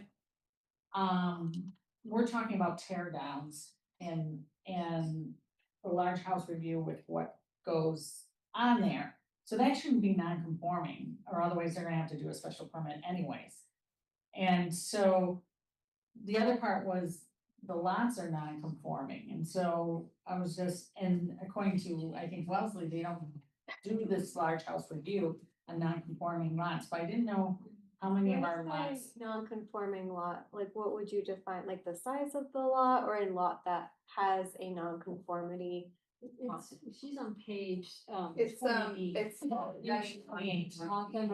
a number I think we can give to you because of a study that was done a number of years ago, and it's a good majority of the Yeah. city has a non-conforming lot and or a non-conforming structure. So Well, the structure could be non-conforming because one side setback Oh, is, yeah, or yeah, the I front have a setback. non-conforming or- too. But I was wondering, but what we were talking about for the large house review is you're gonna tear down the house anyways. So whatever's going in needs to be conforming unless they're gonna do a special permit.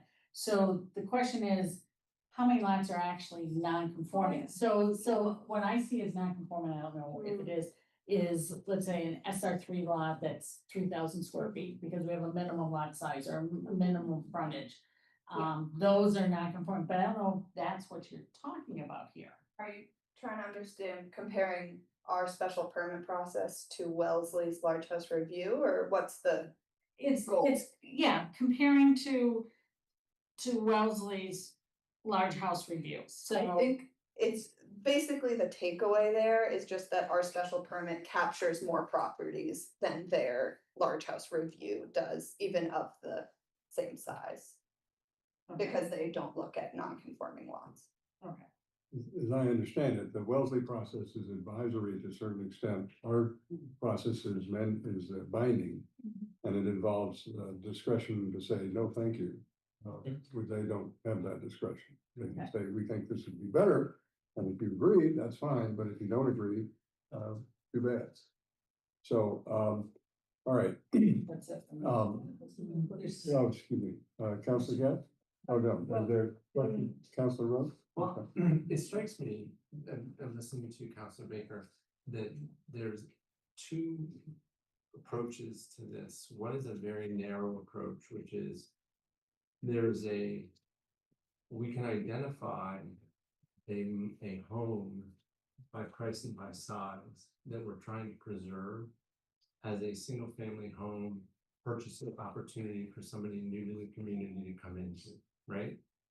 And that probably we could come to some rough agreement on what that looks like. 800,000, 900,000, you know, above that, we're probably getting out of even our kind of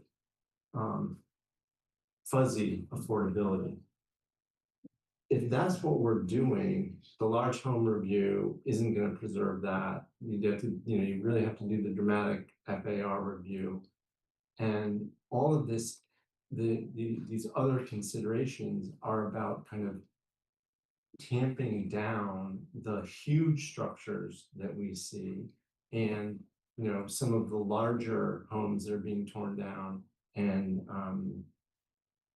built as new structures, right? So I think it probably would be worth the committee's time, as even as a straw vote, to say, do we think there is a real meaningful opportunity to preserve 2,000 square foot homes for $750,000 or $800,000, where the lot is large enough? And I think Councilor Getz is, you know, I've used the term kind of latent development potential, but it's that residual FAR on lots where there's sort of two aspects of it. One, do we really think that can happen? And two, is it politically feasible to take away what Councilor Domved has referred to as the nest egg, that people have in these homes that would go away if we said developers can no longer compete for these properties because they can't do anything with them. So I think what you described as the goal here is very narrow and really has but one solution, which is, pretty radical reduction in FAR. Well, I appreciate that, but I'm not prepared to do that. I think part of what our investigation is to look at what I thought Councilor Oliver and Wright began with was saying, can we look at those tear downs that are going on in the city every year, that universe of 100 properties, and is there some way to look at those tear downs and avoid the impact that they are having on the community that's around them? And so it may involve a reduction in the FAR in those situations, but it's not for everybody's nest egg. It's those houses that are torn down that we're trying to deal with, as I understand it, not necessarily those houses that are bought and by somebody who expands them. So that's a different universe and a different impact, it seems to me. People every year. It's 100 people every year. Yeah, and that's over time, that adds up. And so Well, it seems I mean, some part of the 100. yeah. We already know that, like, sorry, but No, I got it. you have It's an not answer. 100, it's a piece of 100. So it's up because we already know that, I mean, unless we go crazy, the really small house on a really large lot, probably not, I think, within the realm of, a stick as you're referring to it. But there are instances where, and I'm not convinced they don't exist, because I think we've seen them from time to time. We've got a moderately sized house on a reasonably sized lot, i.e. under 15,000 or something like that. Again, we need help trying to figure out where these sweet spots, I don't know if that's a wise way to say that, but for lack of a better term, it does seem to me that there's a there without getting punitive. So are we saying it's okay to tear down a 4,000 square foot house and put up a 5,500 square foot house, but it's not okay to take a small house on a large lot and put up a 5,500 square foot house? Is that what we're saying? No. Because that's really the two. When you say it's not 100, the other bunch of them are these large houses that are coming down and becoming even larger. So, Well, and again, I'm not trying to. This has never been about stopping tear downs. I know everyone who wants to jump to that, we see it in writing all the time. That's not what this is. This is, how do we make sense out of tear downs that are leading to massive homes? And I guess I would consider 5,500 square feet, regardless of what came before it, to be massive in my world. But we keep going to the extremes. And I find that a little bit frustrating because I'm not trying to figure out the extremes only. I'm trying to find a pathway to balance out what we've all been doing in this city for a long time, at least 6 years now, 5 years and some amount of time that I've been on the council. It's increased density, build, baby, build. And there's a part of me that's like, well, but hang on. Why does it always have to go that way? And if we look comprehensively at all of the levers that we do have, and I don't think we've exhausted them by any means, at least I hope we haven't. I'm hoping to find places where it makes sense for us to say, you know what? Lots of a certain size, in certain parts of the city, SRs or different zones, it makes sense for us to preserve the homes as a single family home, or if there's a 2-family, well, then keep it as a 2-family. Again, I don't know all the answers, but I do know that, look at what MRT has brought us. In some cases, we have adaptive reuse of existing homes with density, with increases in density. So okay, we have that. We've identified where that makes sense for us as a city. Well, what else can we do that? And where perhaps is an even more important question, and I'm bummed I missed 25+ minutes of this conversation, but. There's room for all of these things, and even if there's a small amount of a stick, if you will, involved. I'm actually okay with that, given all the other carrots that we have on the table. It's not like we're literally saying we're gonna abandon BCOD and we're gonna abandon all the MR so that we can retain single-family homes. We are talking about 100-ish. And I'm not even sure we're talking about all 100. I'm not, like, I see the charts and I appreciate what's in the data. But I still see the opportunity to get at a little preservation. So let me summarize where I think we are, and then I am gonna make my motion. Councilor Cahill. So, I mean, I just think that we do have to consider what Councilor Roach talked about and Donald Bet about the nest egg of people. Of course. And you just said you don't have all the answers. I do. That's good to know. Well then. And I'm gonna go, here's the thing. There isn't one answer. That's the thing. So, you know, we've been doing this for 20 years or whatever. Because Ben went back to 2014, but it's before that. And we go round and round, but we haven't thought about something that allows us to tell the community that we are treating small houses of certain size on large lots of certain size in a different way from now on. We have a board that is going to look at that and not just look at the development opportunity, but they're going to look at your nest egg. They're going to look at all of the different factors that are involved as a large house review or as a small house review, whatever it is, and come up with something that works for both parties, the developer and the homeowner. I mean, this is like utopian, I know, but it's not a one size fits all.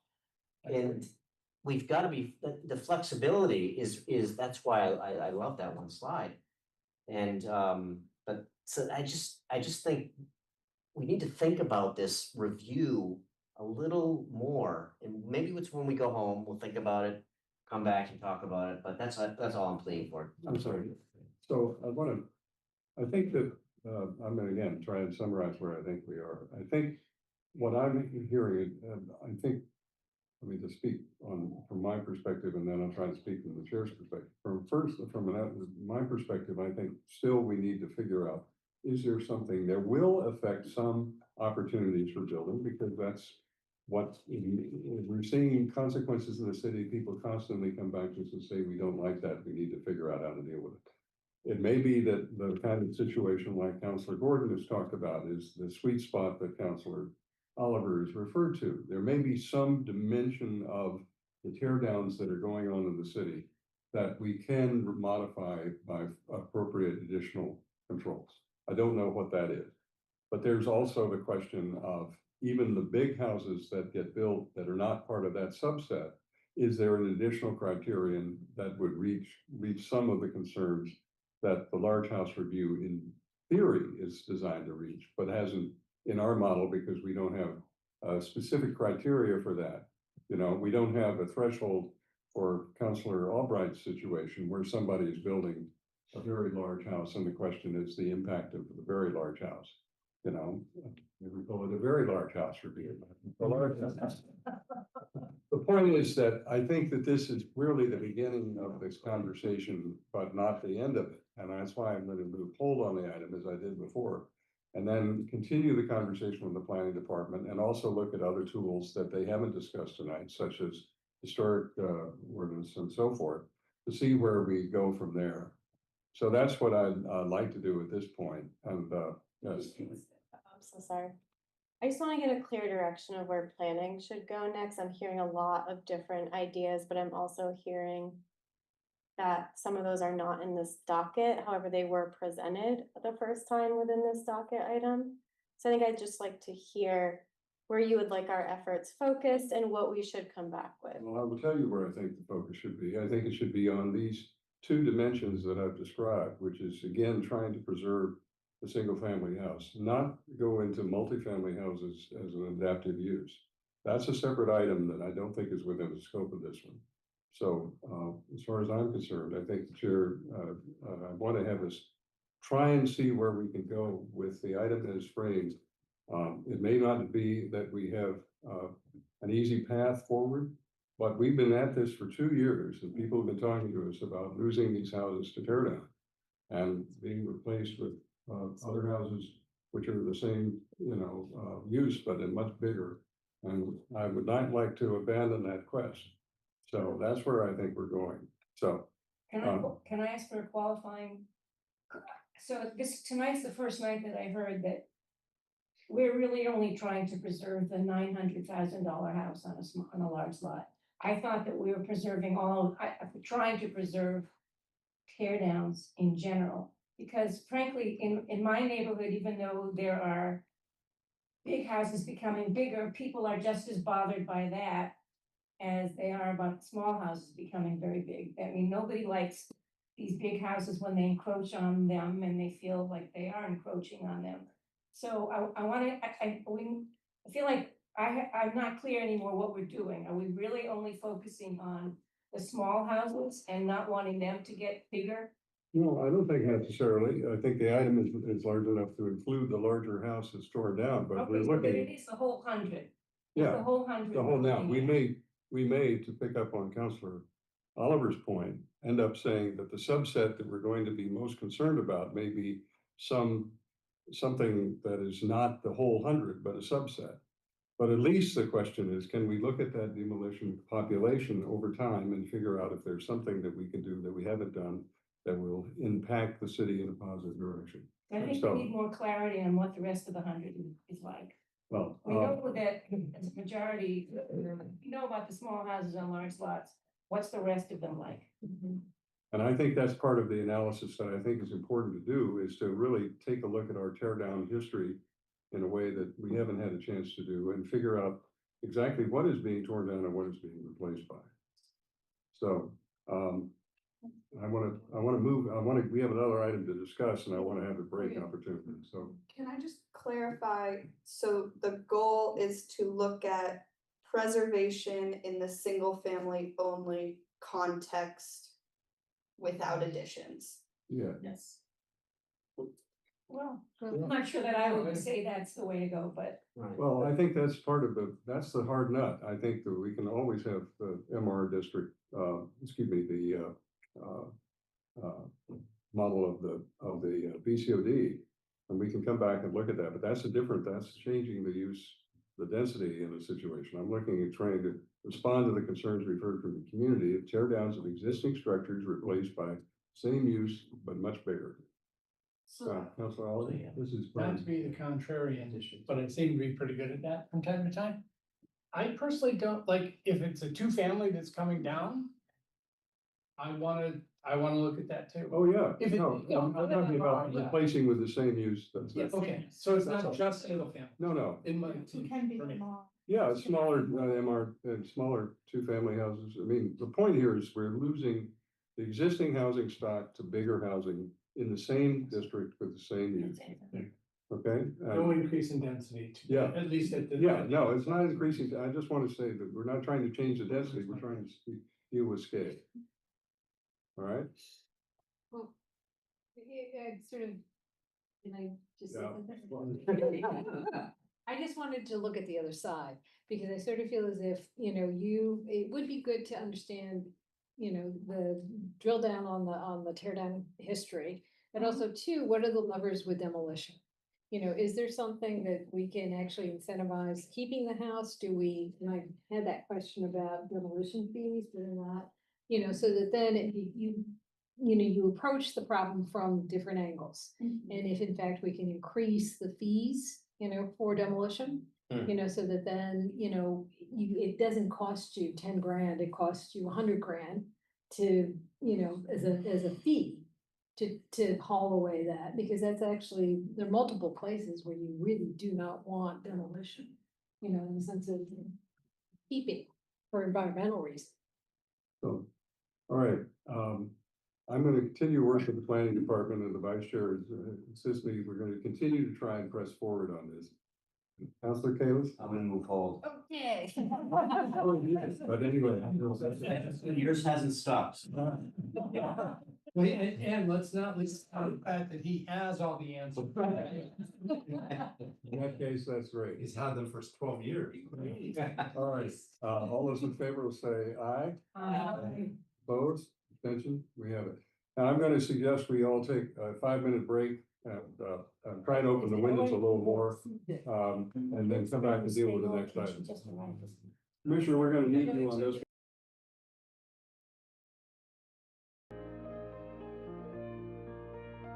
Recording stopped.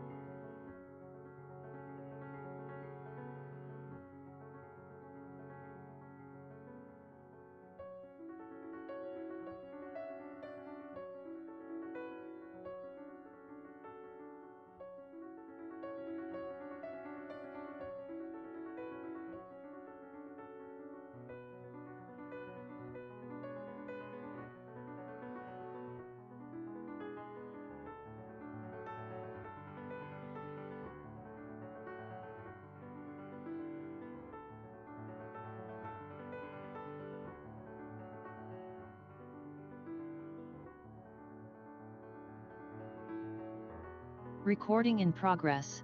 We've got one other item on the agenda that, I'd like to move home. Just in time for me to get my 3 seeds in. yeah. It's only 9 o'clock. We got plenty of time. This is item 4226. Ordinance to change in chapter 30 to allow raised beds in the front and rear setback under certain conditions, and I want to indicate, this is not something you sleep in. This is Albright and Kelly requesting a discussion and amendments to chapter 30 zoning to exempt raised beds 4 feet or less from the definition of a structure and allow them to place within the setback. So, Councilor Albright, you're the lead docketer who is here. You want to explain the rationale for this, and then I'd ask the planning department to present what they have in the materials that they've given us, so we can understand the idea in detail. Is that agreeable to you? Sure, I just really briefly, I just asked the commissioner to make sure I understood. So you can't put raised beds, which is really, I'll tell you the purpose of it in a second, but you can't put raised beds in the setback. So if you have a 25-foot setback and your house is 25 feet from this, correct me if I'm wrong. No, you go good. And if your house is 25 feet from the property, from the sidewalk, is that right? Property line. Property line, you can't have a raised bed. And would you just describe what a raised bed is for Raised everybody? bed can be, like, I have some that are 8 inches, 10 inches, 10 inches high, and the purpose of that is that if you don't have soil underneath, you can make it higher than the property line, put good soil in there, and you can grow wonderful crops or flowers, whatever you want to grow.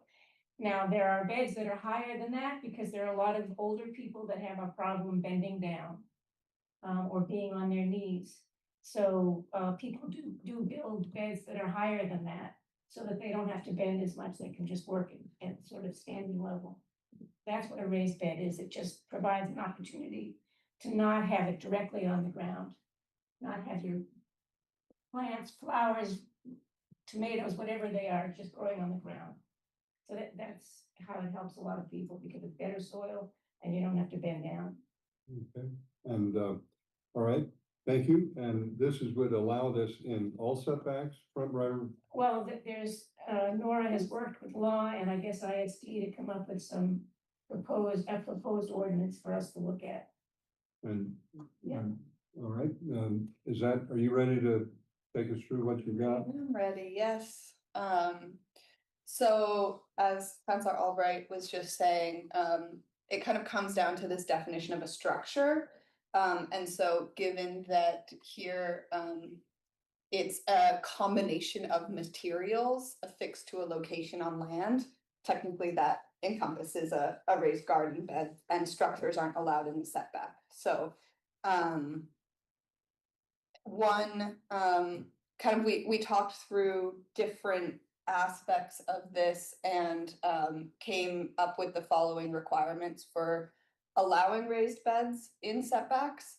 So in the front setback, up to 2 feet in height, no nearer than 5 feet from the front property line. So it couldn't be going right up to that front property line, and that helps with things like sight lines as people are pulling out of driveways and just gives a little buffer. Raised beds in the side and rear setback up to 3.75 feet in height and no nearer than 3 feet from the property line. As Councilor Albright was mentioning, we looked at this 3.75 feet is kind of the standard ADA compliant raised garden bed, so somebody could wheel underneath. It's less onerous on the back if somebody kind of needs that at a higher level.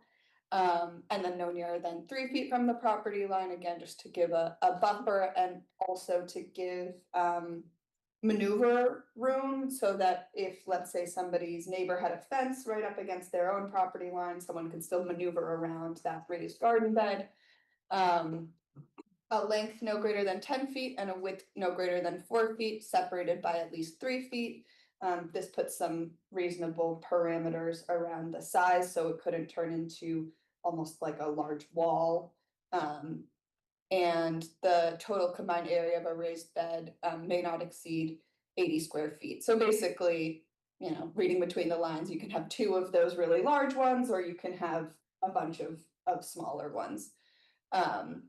We also wanted to account for trellises, so, you know, I'm currently growing peonies and I'm gonna line them up to something once they're big and beautiful, and so we said, allowing trellises up to 5 feet in height from the ground, that it is attached to the raised garden bed. And Law was kind enough. Before you go there, just to clarify, would the 5 feet be on top of the bed or the 5 feet from the bottom grade? From grade. From the ground. Right, From the grade. right. Okay.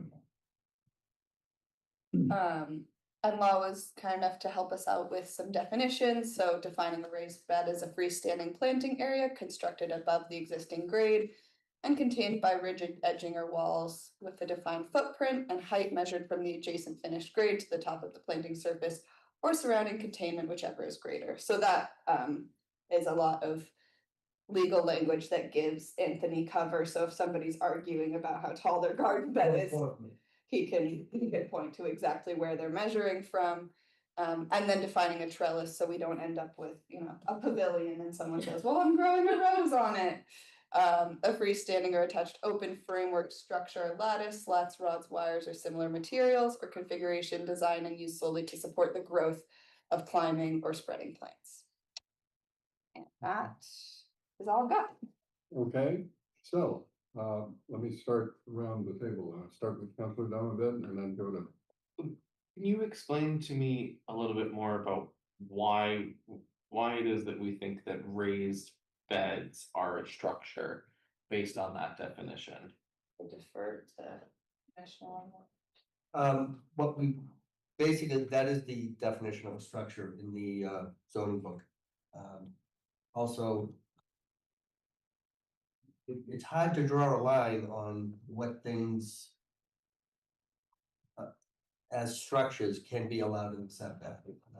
I can't pick and choose things that can't and will be in the setback. So I need a definition of something to base that on. So a structure would be an assemblage of material at a fixed location upon the land. At one point, we got a call, this was probably just before my time here in the city, where someone called up and asked if they could grow tomato plants. Right. And we said, absolutely, you can grow tomato plants. Well, he put them along the entire front of his yard. And he built a trellis system, obviously to, hang the tomato plants. And it was quite a big structure. And we got complaints about site visibility and how can people, put these structures in the setback. And so at that point, again, I wasn't here at the time, but enforcement had to be done. And Yeah, I think I'm just struggling to understand why that's like, when I hear the word fixed, that means it not particularly movable. And then I see the word tent in there and I say, okay, tents, I guess are not movable because they have to be tethered. And so you have to put a little stake in the ground and tie it down. But a garden bed is none of those things. And as far as I mean, if I were to take a wheelbarrow and move it into my front yard in the setback, fill it with dirt and plant tomatoes in it, have I now broken the law? I'm just not sure that this counts. Andrew Lee has an answer. Yeah. Thank you, Mr. Chair. I was just going to make an attempt at not having too much discussion about the definition. There's no doubt in law department's mind that the way the structure is defined actually does include garden beds. Garden beds could be, they're not one size, they're not one material. It could be something that is, for example, 8 feet tall, and you call it a garden bed as long as you throw some dirt in there. So this structure definition is really a catch-all, so that those kinds of things can happen. So as far as garden beds are concerned and how it's treated in the zoning ordinance, they absolutely are structures themselves. Could you exempt them from that definition? Sure, but currently the way that the definition is written would capture it. let's start from that assumption if it's okay. Yeah, okay. All right, now, Council,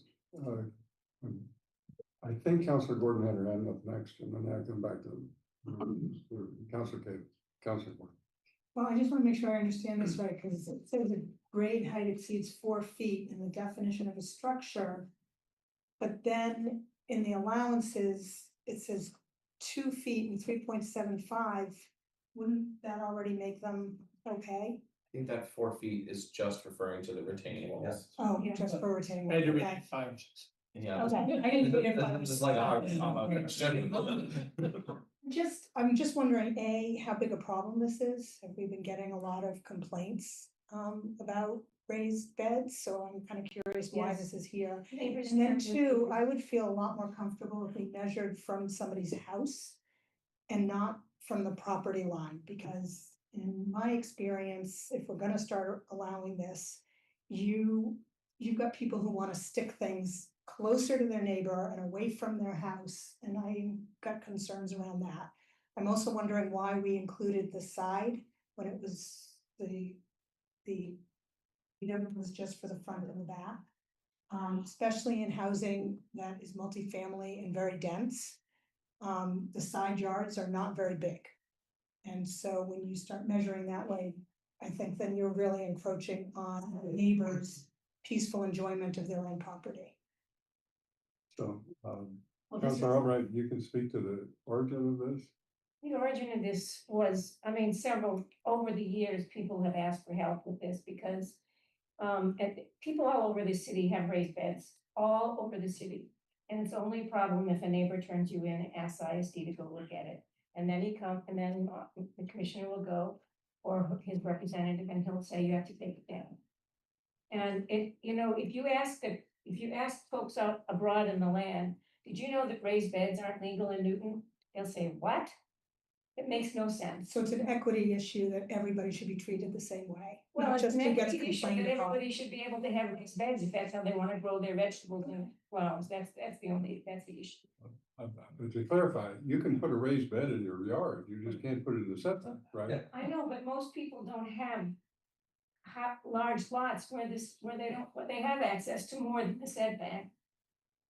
Well, I'm just trying to understand though, the point is you're saying the setback is an available site as opposed to all the other sites you could. Yes. You could, but if you didn't have, I mean, you're talking about 80 square feet, you don't have 80 square feet in addition, I mean, you have a choice if this passes, otherwise you have to make the decision to put the raised bed inside, within the setback, right? I mean, you can do it, it's not Yes. illegal, it's just So that, if you have space, you can definitely do it. yeah, I just wanna, because I wanna clarify what we're talking about is adding an opportunity for the setback rule, zone, not just the site, it's not like raised beds are illegal. And I don't want the public to get that. So, okay, Counselor Oliver and then Counselor Wright, and then Counselor Kalis, I'm sorry. You were teed up and Go to him first, he might have. yeah. I no. just think this is sad that we're even talking about Yes. this. I think that they should be allowed anywhere on your property. I have on my street, people growing things right up to their property line. It's fine. And to me, this is ludicrous that we're even thinking about this. Why side yards? I'm a great example. I only have a side yard. So there's no opportunity in the back. And I don't want to put it in the front. This one situation was this one young guy on not Parker. I don't know, it was next to my cousins though. And he was making some type of point. It doesn't happen that often. I mean, I can't imagine, because his neighbors didn't complain because they were fine with it. But people driving by might have been, had a problem with it, but I just feel like, I mean, what are the instances of complaints around this? I mean, I just can't imagine. There aren't many complaints. I mean, we're actually doing an enforcement right now on this, but if someone does complain, I still have to do the enforcement. If right now, they're not allowed, it's the way ISD sees it, as they are structures in the setback. Okay. So I can't go and say, Well, you know, a lot of times we get complaints about swing sets and play structures. I could drive by on my way home today and see 5 to 6 of them in the front setback. But nobody's complaining, so you're Nobody's complaining, okay? And, you know, I have also been called the minister of hate in the city. So, I mean, it is what it is, but I can't pick and choose. Sorry. so- MOH, I've never heard that. I can't pick and choose, and that's the problem. So if you want these planting beds in the setback, these raised beds, then allow them, and we won't have to have this discussion anymore. Now, let me make sure I'm not getting people out of order. Counselor Oliver, I think, and then Counselor, and then Counselor Wright, all right? I'm gonna write it down. In immense deference Oh, to. no, excuse me, Counselor, Gordon had a question for Counselor Taylor, so No, that's. I just wanted to respond, I don't have a problem with people growing vegetables, I think that's great. I understand that you have a personal anecdote about your neighborhood, but I would like to share that there's a lot of personal anecdotes, and sometimes having a raised garden bed under somebody's bedroom window causes problems. And that would be an example of someone sticking it far away from their house, but close to somebody other when you're in a densely populated area.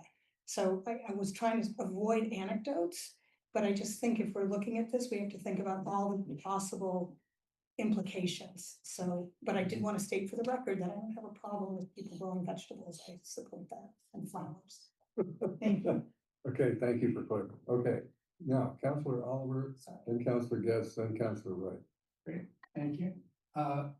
So without going down the anecdote road, which I shall not. It does seem to me that someone in their infinite wisdom created the notion of a setback to create what I'm going to just glibly refer to as white space between two properties or two structures on two different properties. I don't necessarily agree that it's always far away from someone's house. I don't always agree that it's the only place to put things, like a raised bed. I think we've all seen perfectly reasonable examples of this. And we've heard some obnoxious examples of this. I would personally prefer, and I'm terribly sorry about this, Minister. However, it does seem to me that setbacks are there for a reason. And it's not to put or build things in, regardless of what that thing is. I don't like the idea of raised garden beds because we're still not in the setbacks. I'll be very clear about that. Setbacks are setbacks, and there's a little white space there. In some neighborhoods, that's 5 feet, in some neighborhoods, that's 25 feet. And if somebody builds something in their setback and nobody complains about it, no harm, no foul. Is how I look at it. However, having the ability for someone to say in some anecdotes, hey, somebody's pushed something so far away from their house that it's now 3.5 feet from mine. That's not kosher, in my opinion. Pardon the expression, but I'm against this simply because these things are, I don't know about prolific, but you see them all over the city. And if nobody has a problem with a particular one, fine, but there should be a pathway if someone does have a problem with it to get it off their property line when they don't own it. I would not support this the way that this is put forward. Counselor Guest. Yep. Okay, Yeah. so, the one piece I'm appreciative of the 5-foot setback in terms of the front setback. But I also feel like the first thing I would be doing if I were gonna be putting a raised bed is following the sun.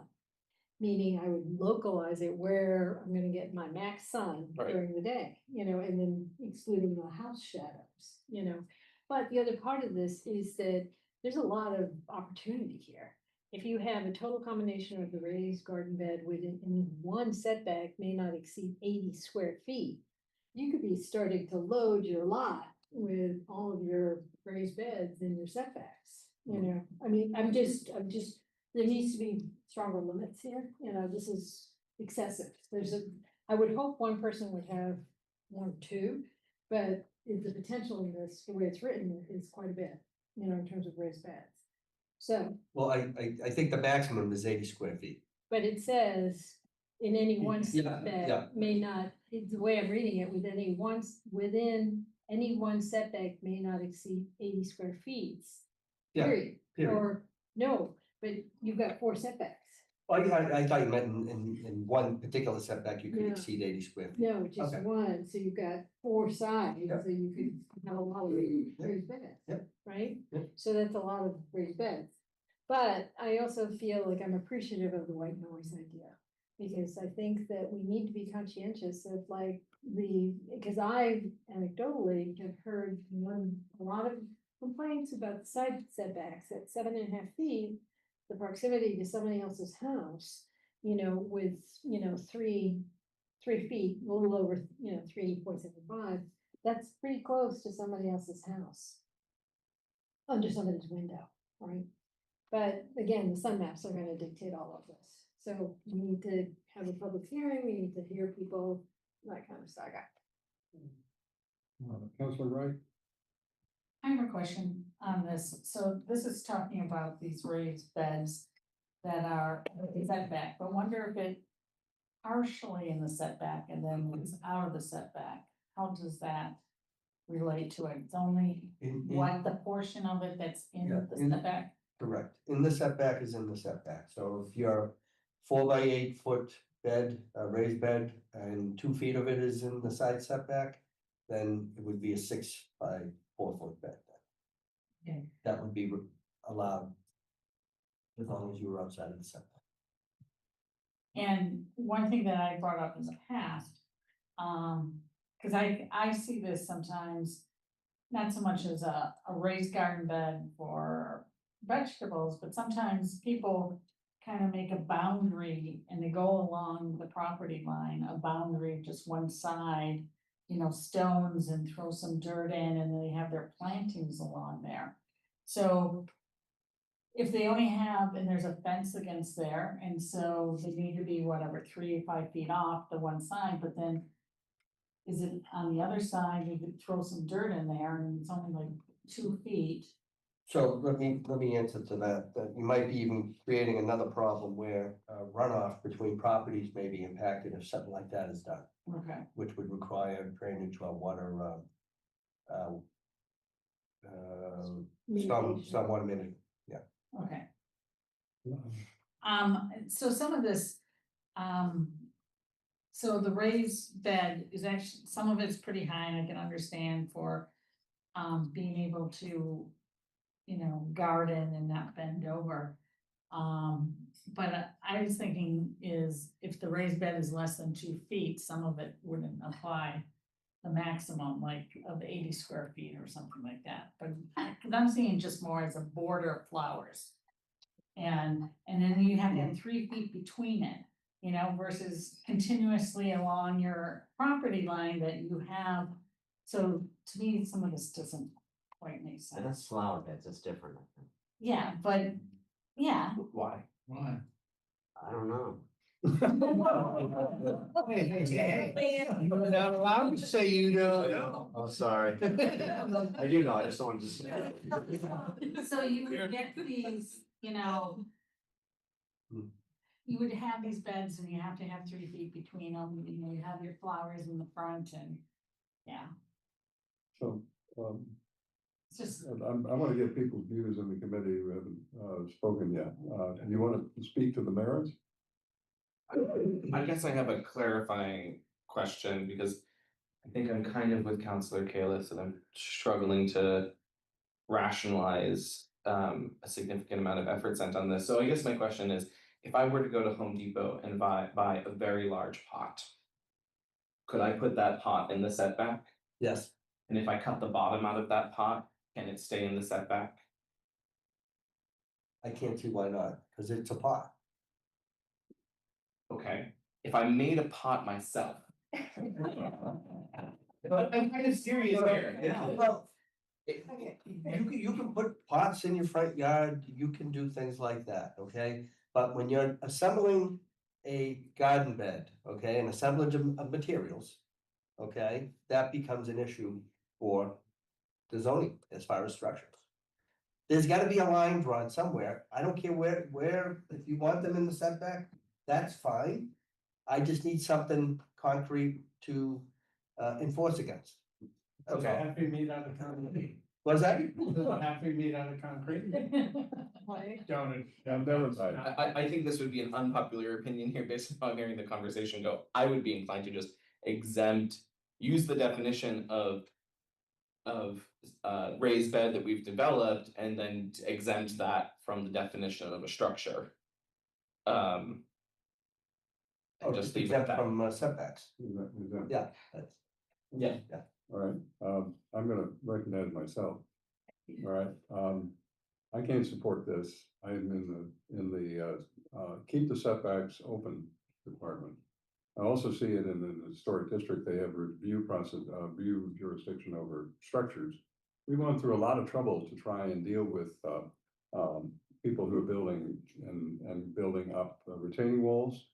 And raised bed is a structure made out of timbers and holding up soil, and it is have all the assemblages of the definition. And it seems to me that this is something that we shouldn't automatically allow. So I'm not prepared to support this. So, one of the things that we didn't do is provide information about other communities and what they've done. A lot of communities just let them be by right, and that's bad. But there are other communities that have rules like ours about structures, and they've got rules that they've created. It might be worthwhile seeing some of those, so I'd be happy to provide those to the committee if you would like to see them. Well, I think that's a question we ought to decide about where we go with this. Well, the other thing, I would like to schedule, I mean, we've heard what people say, some people hate it, some people, and some people say it's okay, so could we go to public hearing and hear what the public says? I'd like to have some more information. I understand the growing season point that you have in mind. But I'd like, at least institutionally, I'd like to have some scenarios and some examples of what this looks like on the ground, what it appears like on a plan. Because this is a significant change in the definition. And I don't think we should take something to public hearing until we've got draft language, but we really have no examples. We traditionally, when we do a zoning matter, we try and have some examples to look at and see what the impacts are and how they work and whether the draft is the right thing. I don't want to say take something to public hearing until we've cooked it. As much as, not entirely, but we try and do some homework on it. You know, the tradition is until we get it fixed in the point where we're comfortable enough to send it out. Recognize the public hearing may modify that view, but I'd rather not go to public hearing until we've sorted this out. But I'm hearing a division of opinion among members of the committee. Let me just see a straw vote. Who would like to see more work done on this? Just if you do, just hold up your hand. What are the choices? The More choice work or what? on this draft of some version of this, of a raised bed exemption. I'd like to see more examples, just out of like, and also I'm a little concerned about the amount of allowed. Right, I mean, we can adjust it, but if you'd like to have more work done on it, as opposed to, is this a non-starter? Oh, yeah, no, I think it needs a little bit more. Okay. So those are like some more work on this? I assume you would. Well, I'll do whatever it takes. If it takes more work to get it through, I'll do more work. No, I just need to understand the point of view of the committee. Maybe it's just Counselor Oliver and me, I don't know. More workers, no more work? No. Would you like to? My view is no more. I was saying the two options in Yeah. a straw vote. Would you like pictures of them? Is that what? Well, I think we can talk about that, but my sense is that the majority of the committee would like to have more information. Counselor Oliver, perhaps, and I are in the minority. But that's. Are the pictures gonna be of things built in setbacks? Yeah.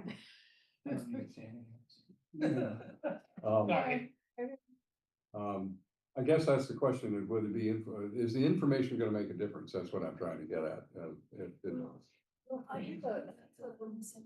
Was that? Are swing sets allowed in the setback? No. I It was struck- think those sheds, Swing sets aren't Now, allowed. wait a minute, Then we had a libraries aren't whole, we had a allowed. whole, video about swing sets the last, we don't wanna go there. can I point out that sheds are allowed in the setback, or they're 5 feet? Accessory building. Yeah, accessory buildings Yeah. are allowed, Kids are so much prettier, so raised beds. Look, time out. The question is, we have a definition right now that says that raised beds are not included, and they're not allowed. The question is, what information members of the committee would like to see before we decide whether or not to go to public hearing on this, all right? Councilor Oliver and I think are in the position that, additional information is gonna move our point of view, because we like setbacks to be left setbacks. But, others may be influenced by information to say yes or no, so that's what I'm trying to figure out. So, I mean, it sounds like you don't like the side setback, so it'd be interesting to know where are most of the complaints? I mean, maybe we don't allow them on the side setbacks, but in the front and back setbacks. I mean, to be quite honest, we don't get a whole lot of complaints. But sometimes we'll do an enforcement on a property. And when we're there, we see things that aren't supposed to be there. And we can't not unsee them at that point in time, so. And I want to recognize that the planning department has other things that I think we're working on, and I don't know how much we want their time on something like this, but that's the committee's decision. Councilor Fuller. I think the only thing that matters here is what Counselor Wright gets and Gordon need. Because those are right now the swing votes.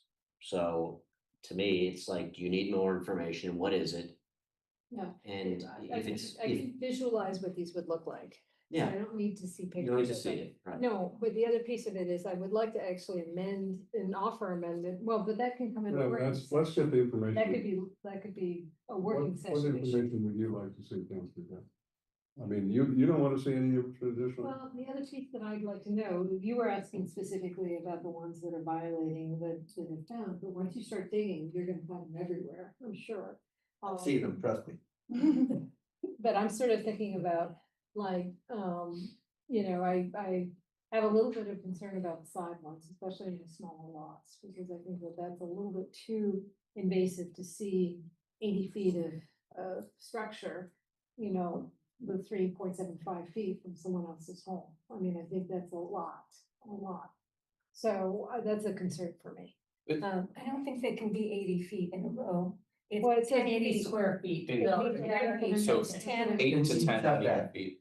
Yeah, so if it's 2 Yeah. feet Right. deep, it'll be 40 feet long.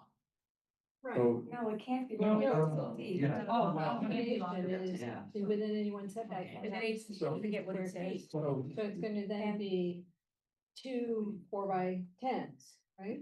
Am I right? So- Separated by 3 feet. Right, Yeah.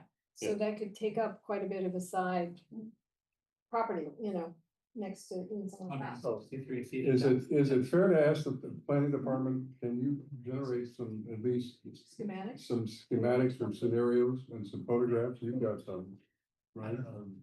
You can take a photograph of the one in my front yard. So you have to disqualify yourself now.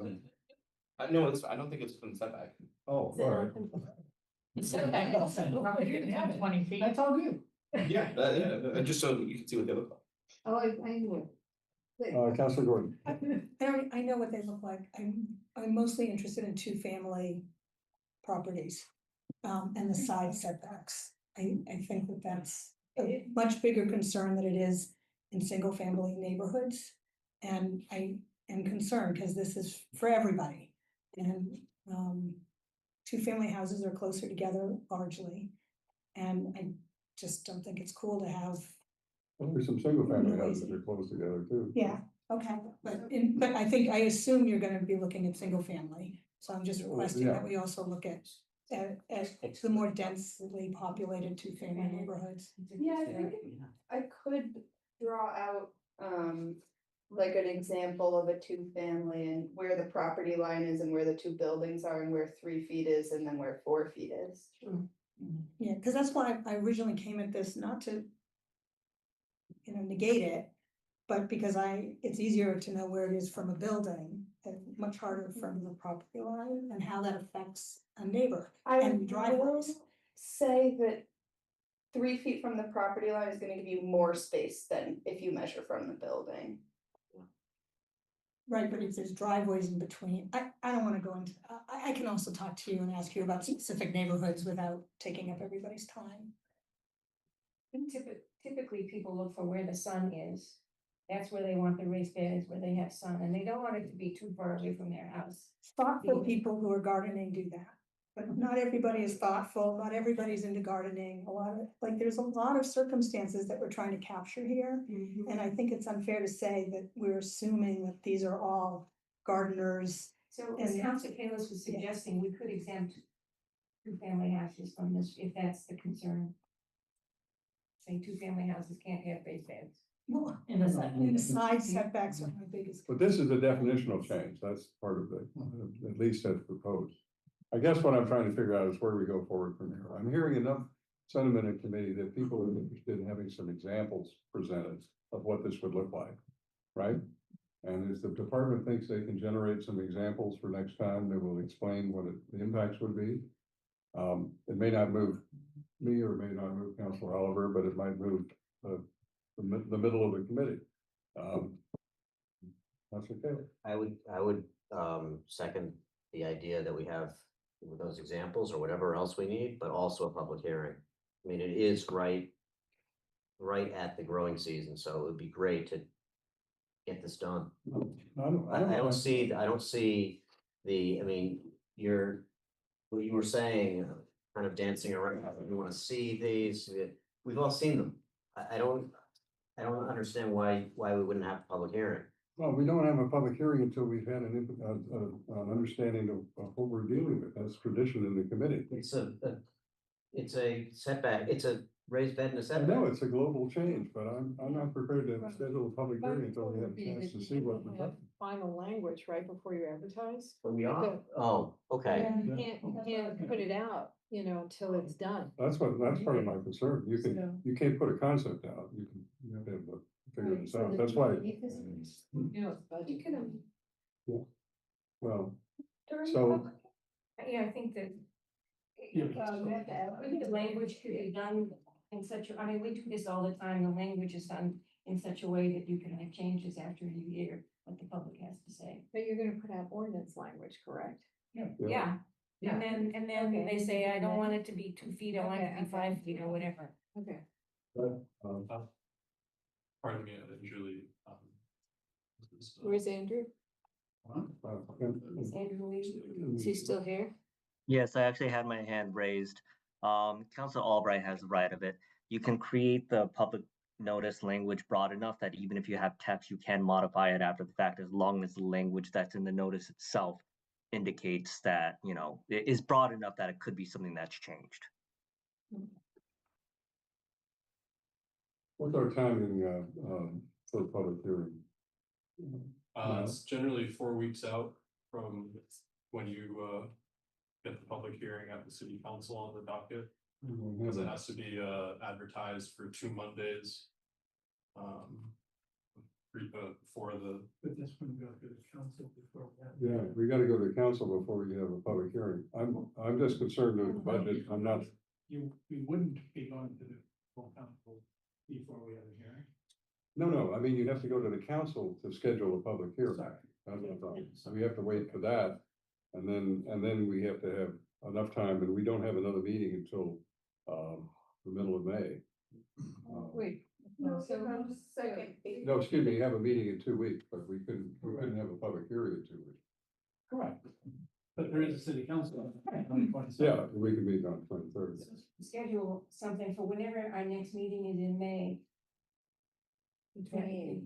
Is where I'm seeing it. 28th of May? No, April. We have another meeting. That's We probably can't, not we enough can't, time. we can't schedule a public hearing in the meeting. No. in May. The 21st I have listed as city council. We gotta go to the council, then we schedule a public hearing, have to go to the May meeting. That would be fine, because There'll be no that meeting on the would move it along. Okay. Still a month away. So, how did, Councilor Kalis is As the question, Councilor Albright, that we schedule a public hearing with a broad notice to clarify that we're still working on it. I would like to work on it at the next meeting if we can, to have some idea of what we're going to actually talk about. But if it's the sense of the committee, I will entertain a motion to set this down for a public hearing in May to be asked of the council at the next meeting. But we would still have a conversation at the next meeting about the item, so that we get clarification. Is that fair? Yeah. Okay, so, I know the planning department is eager to do this, but there you are. All right, all those in favor of setting a public hearing? 1, 2, 3, 4. Go ahead. I'm not, but I just. Show up. It's okay. Okay, so that's the majority of today. So we'll set the public hearing for April, for the May meeting. Assuming, does that give us enough time? Yeah, May 11th. Even if we set it on the council meeting on, Yes. okay, I just want to. Because remember, in May, we only have one regular meeting. We've got the budget meeting. And we're on odd nights for both of these because of the budget schedule. Just be aware of that. So next time, I hope to continue the conversation that we started tonight on the issue of what to do about the tear downs, small or big, and then also the question of the raised beds, and then see where we are. Okay, any questions? I'd entertain a motion to hold. So moved. Okay, all those in favor say aye. Aye. Opposed, abstention, okay, that's it. Thank the planning department and all of those, and the commissioner and all of those who came out on a hot night. Thanks, everyone. And I think we're adjourned. Thank you. By the way, we need swag seat now. Yeah, right. Yeah. I actually want Recording stopped. They sell like dance class. It was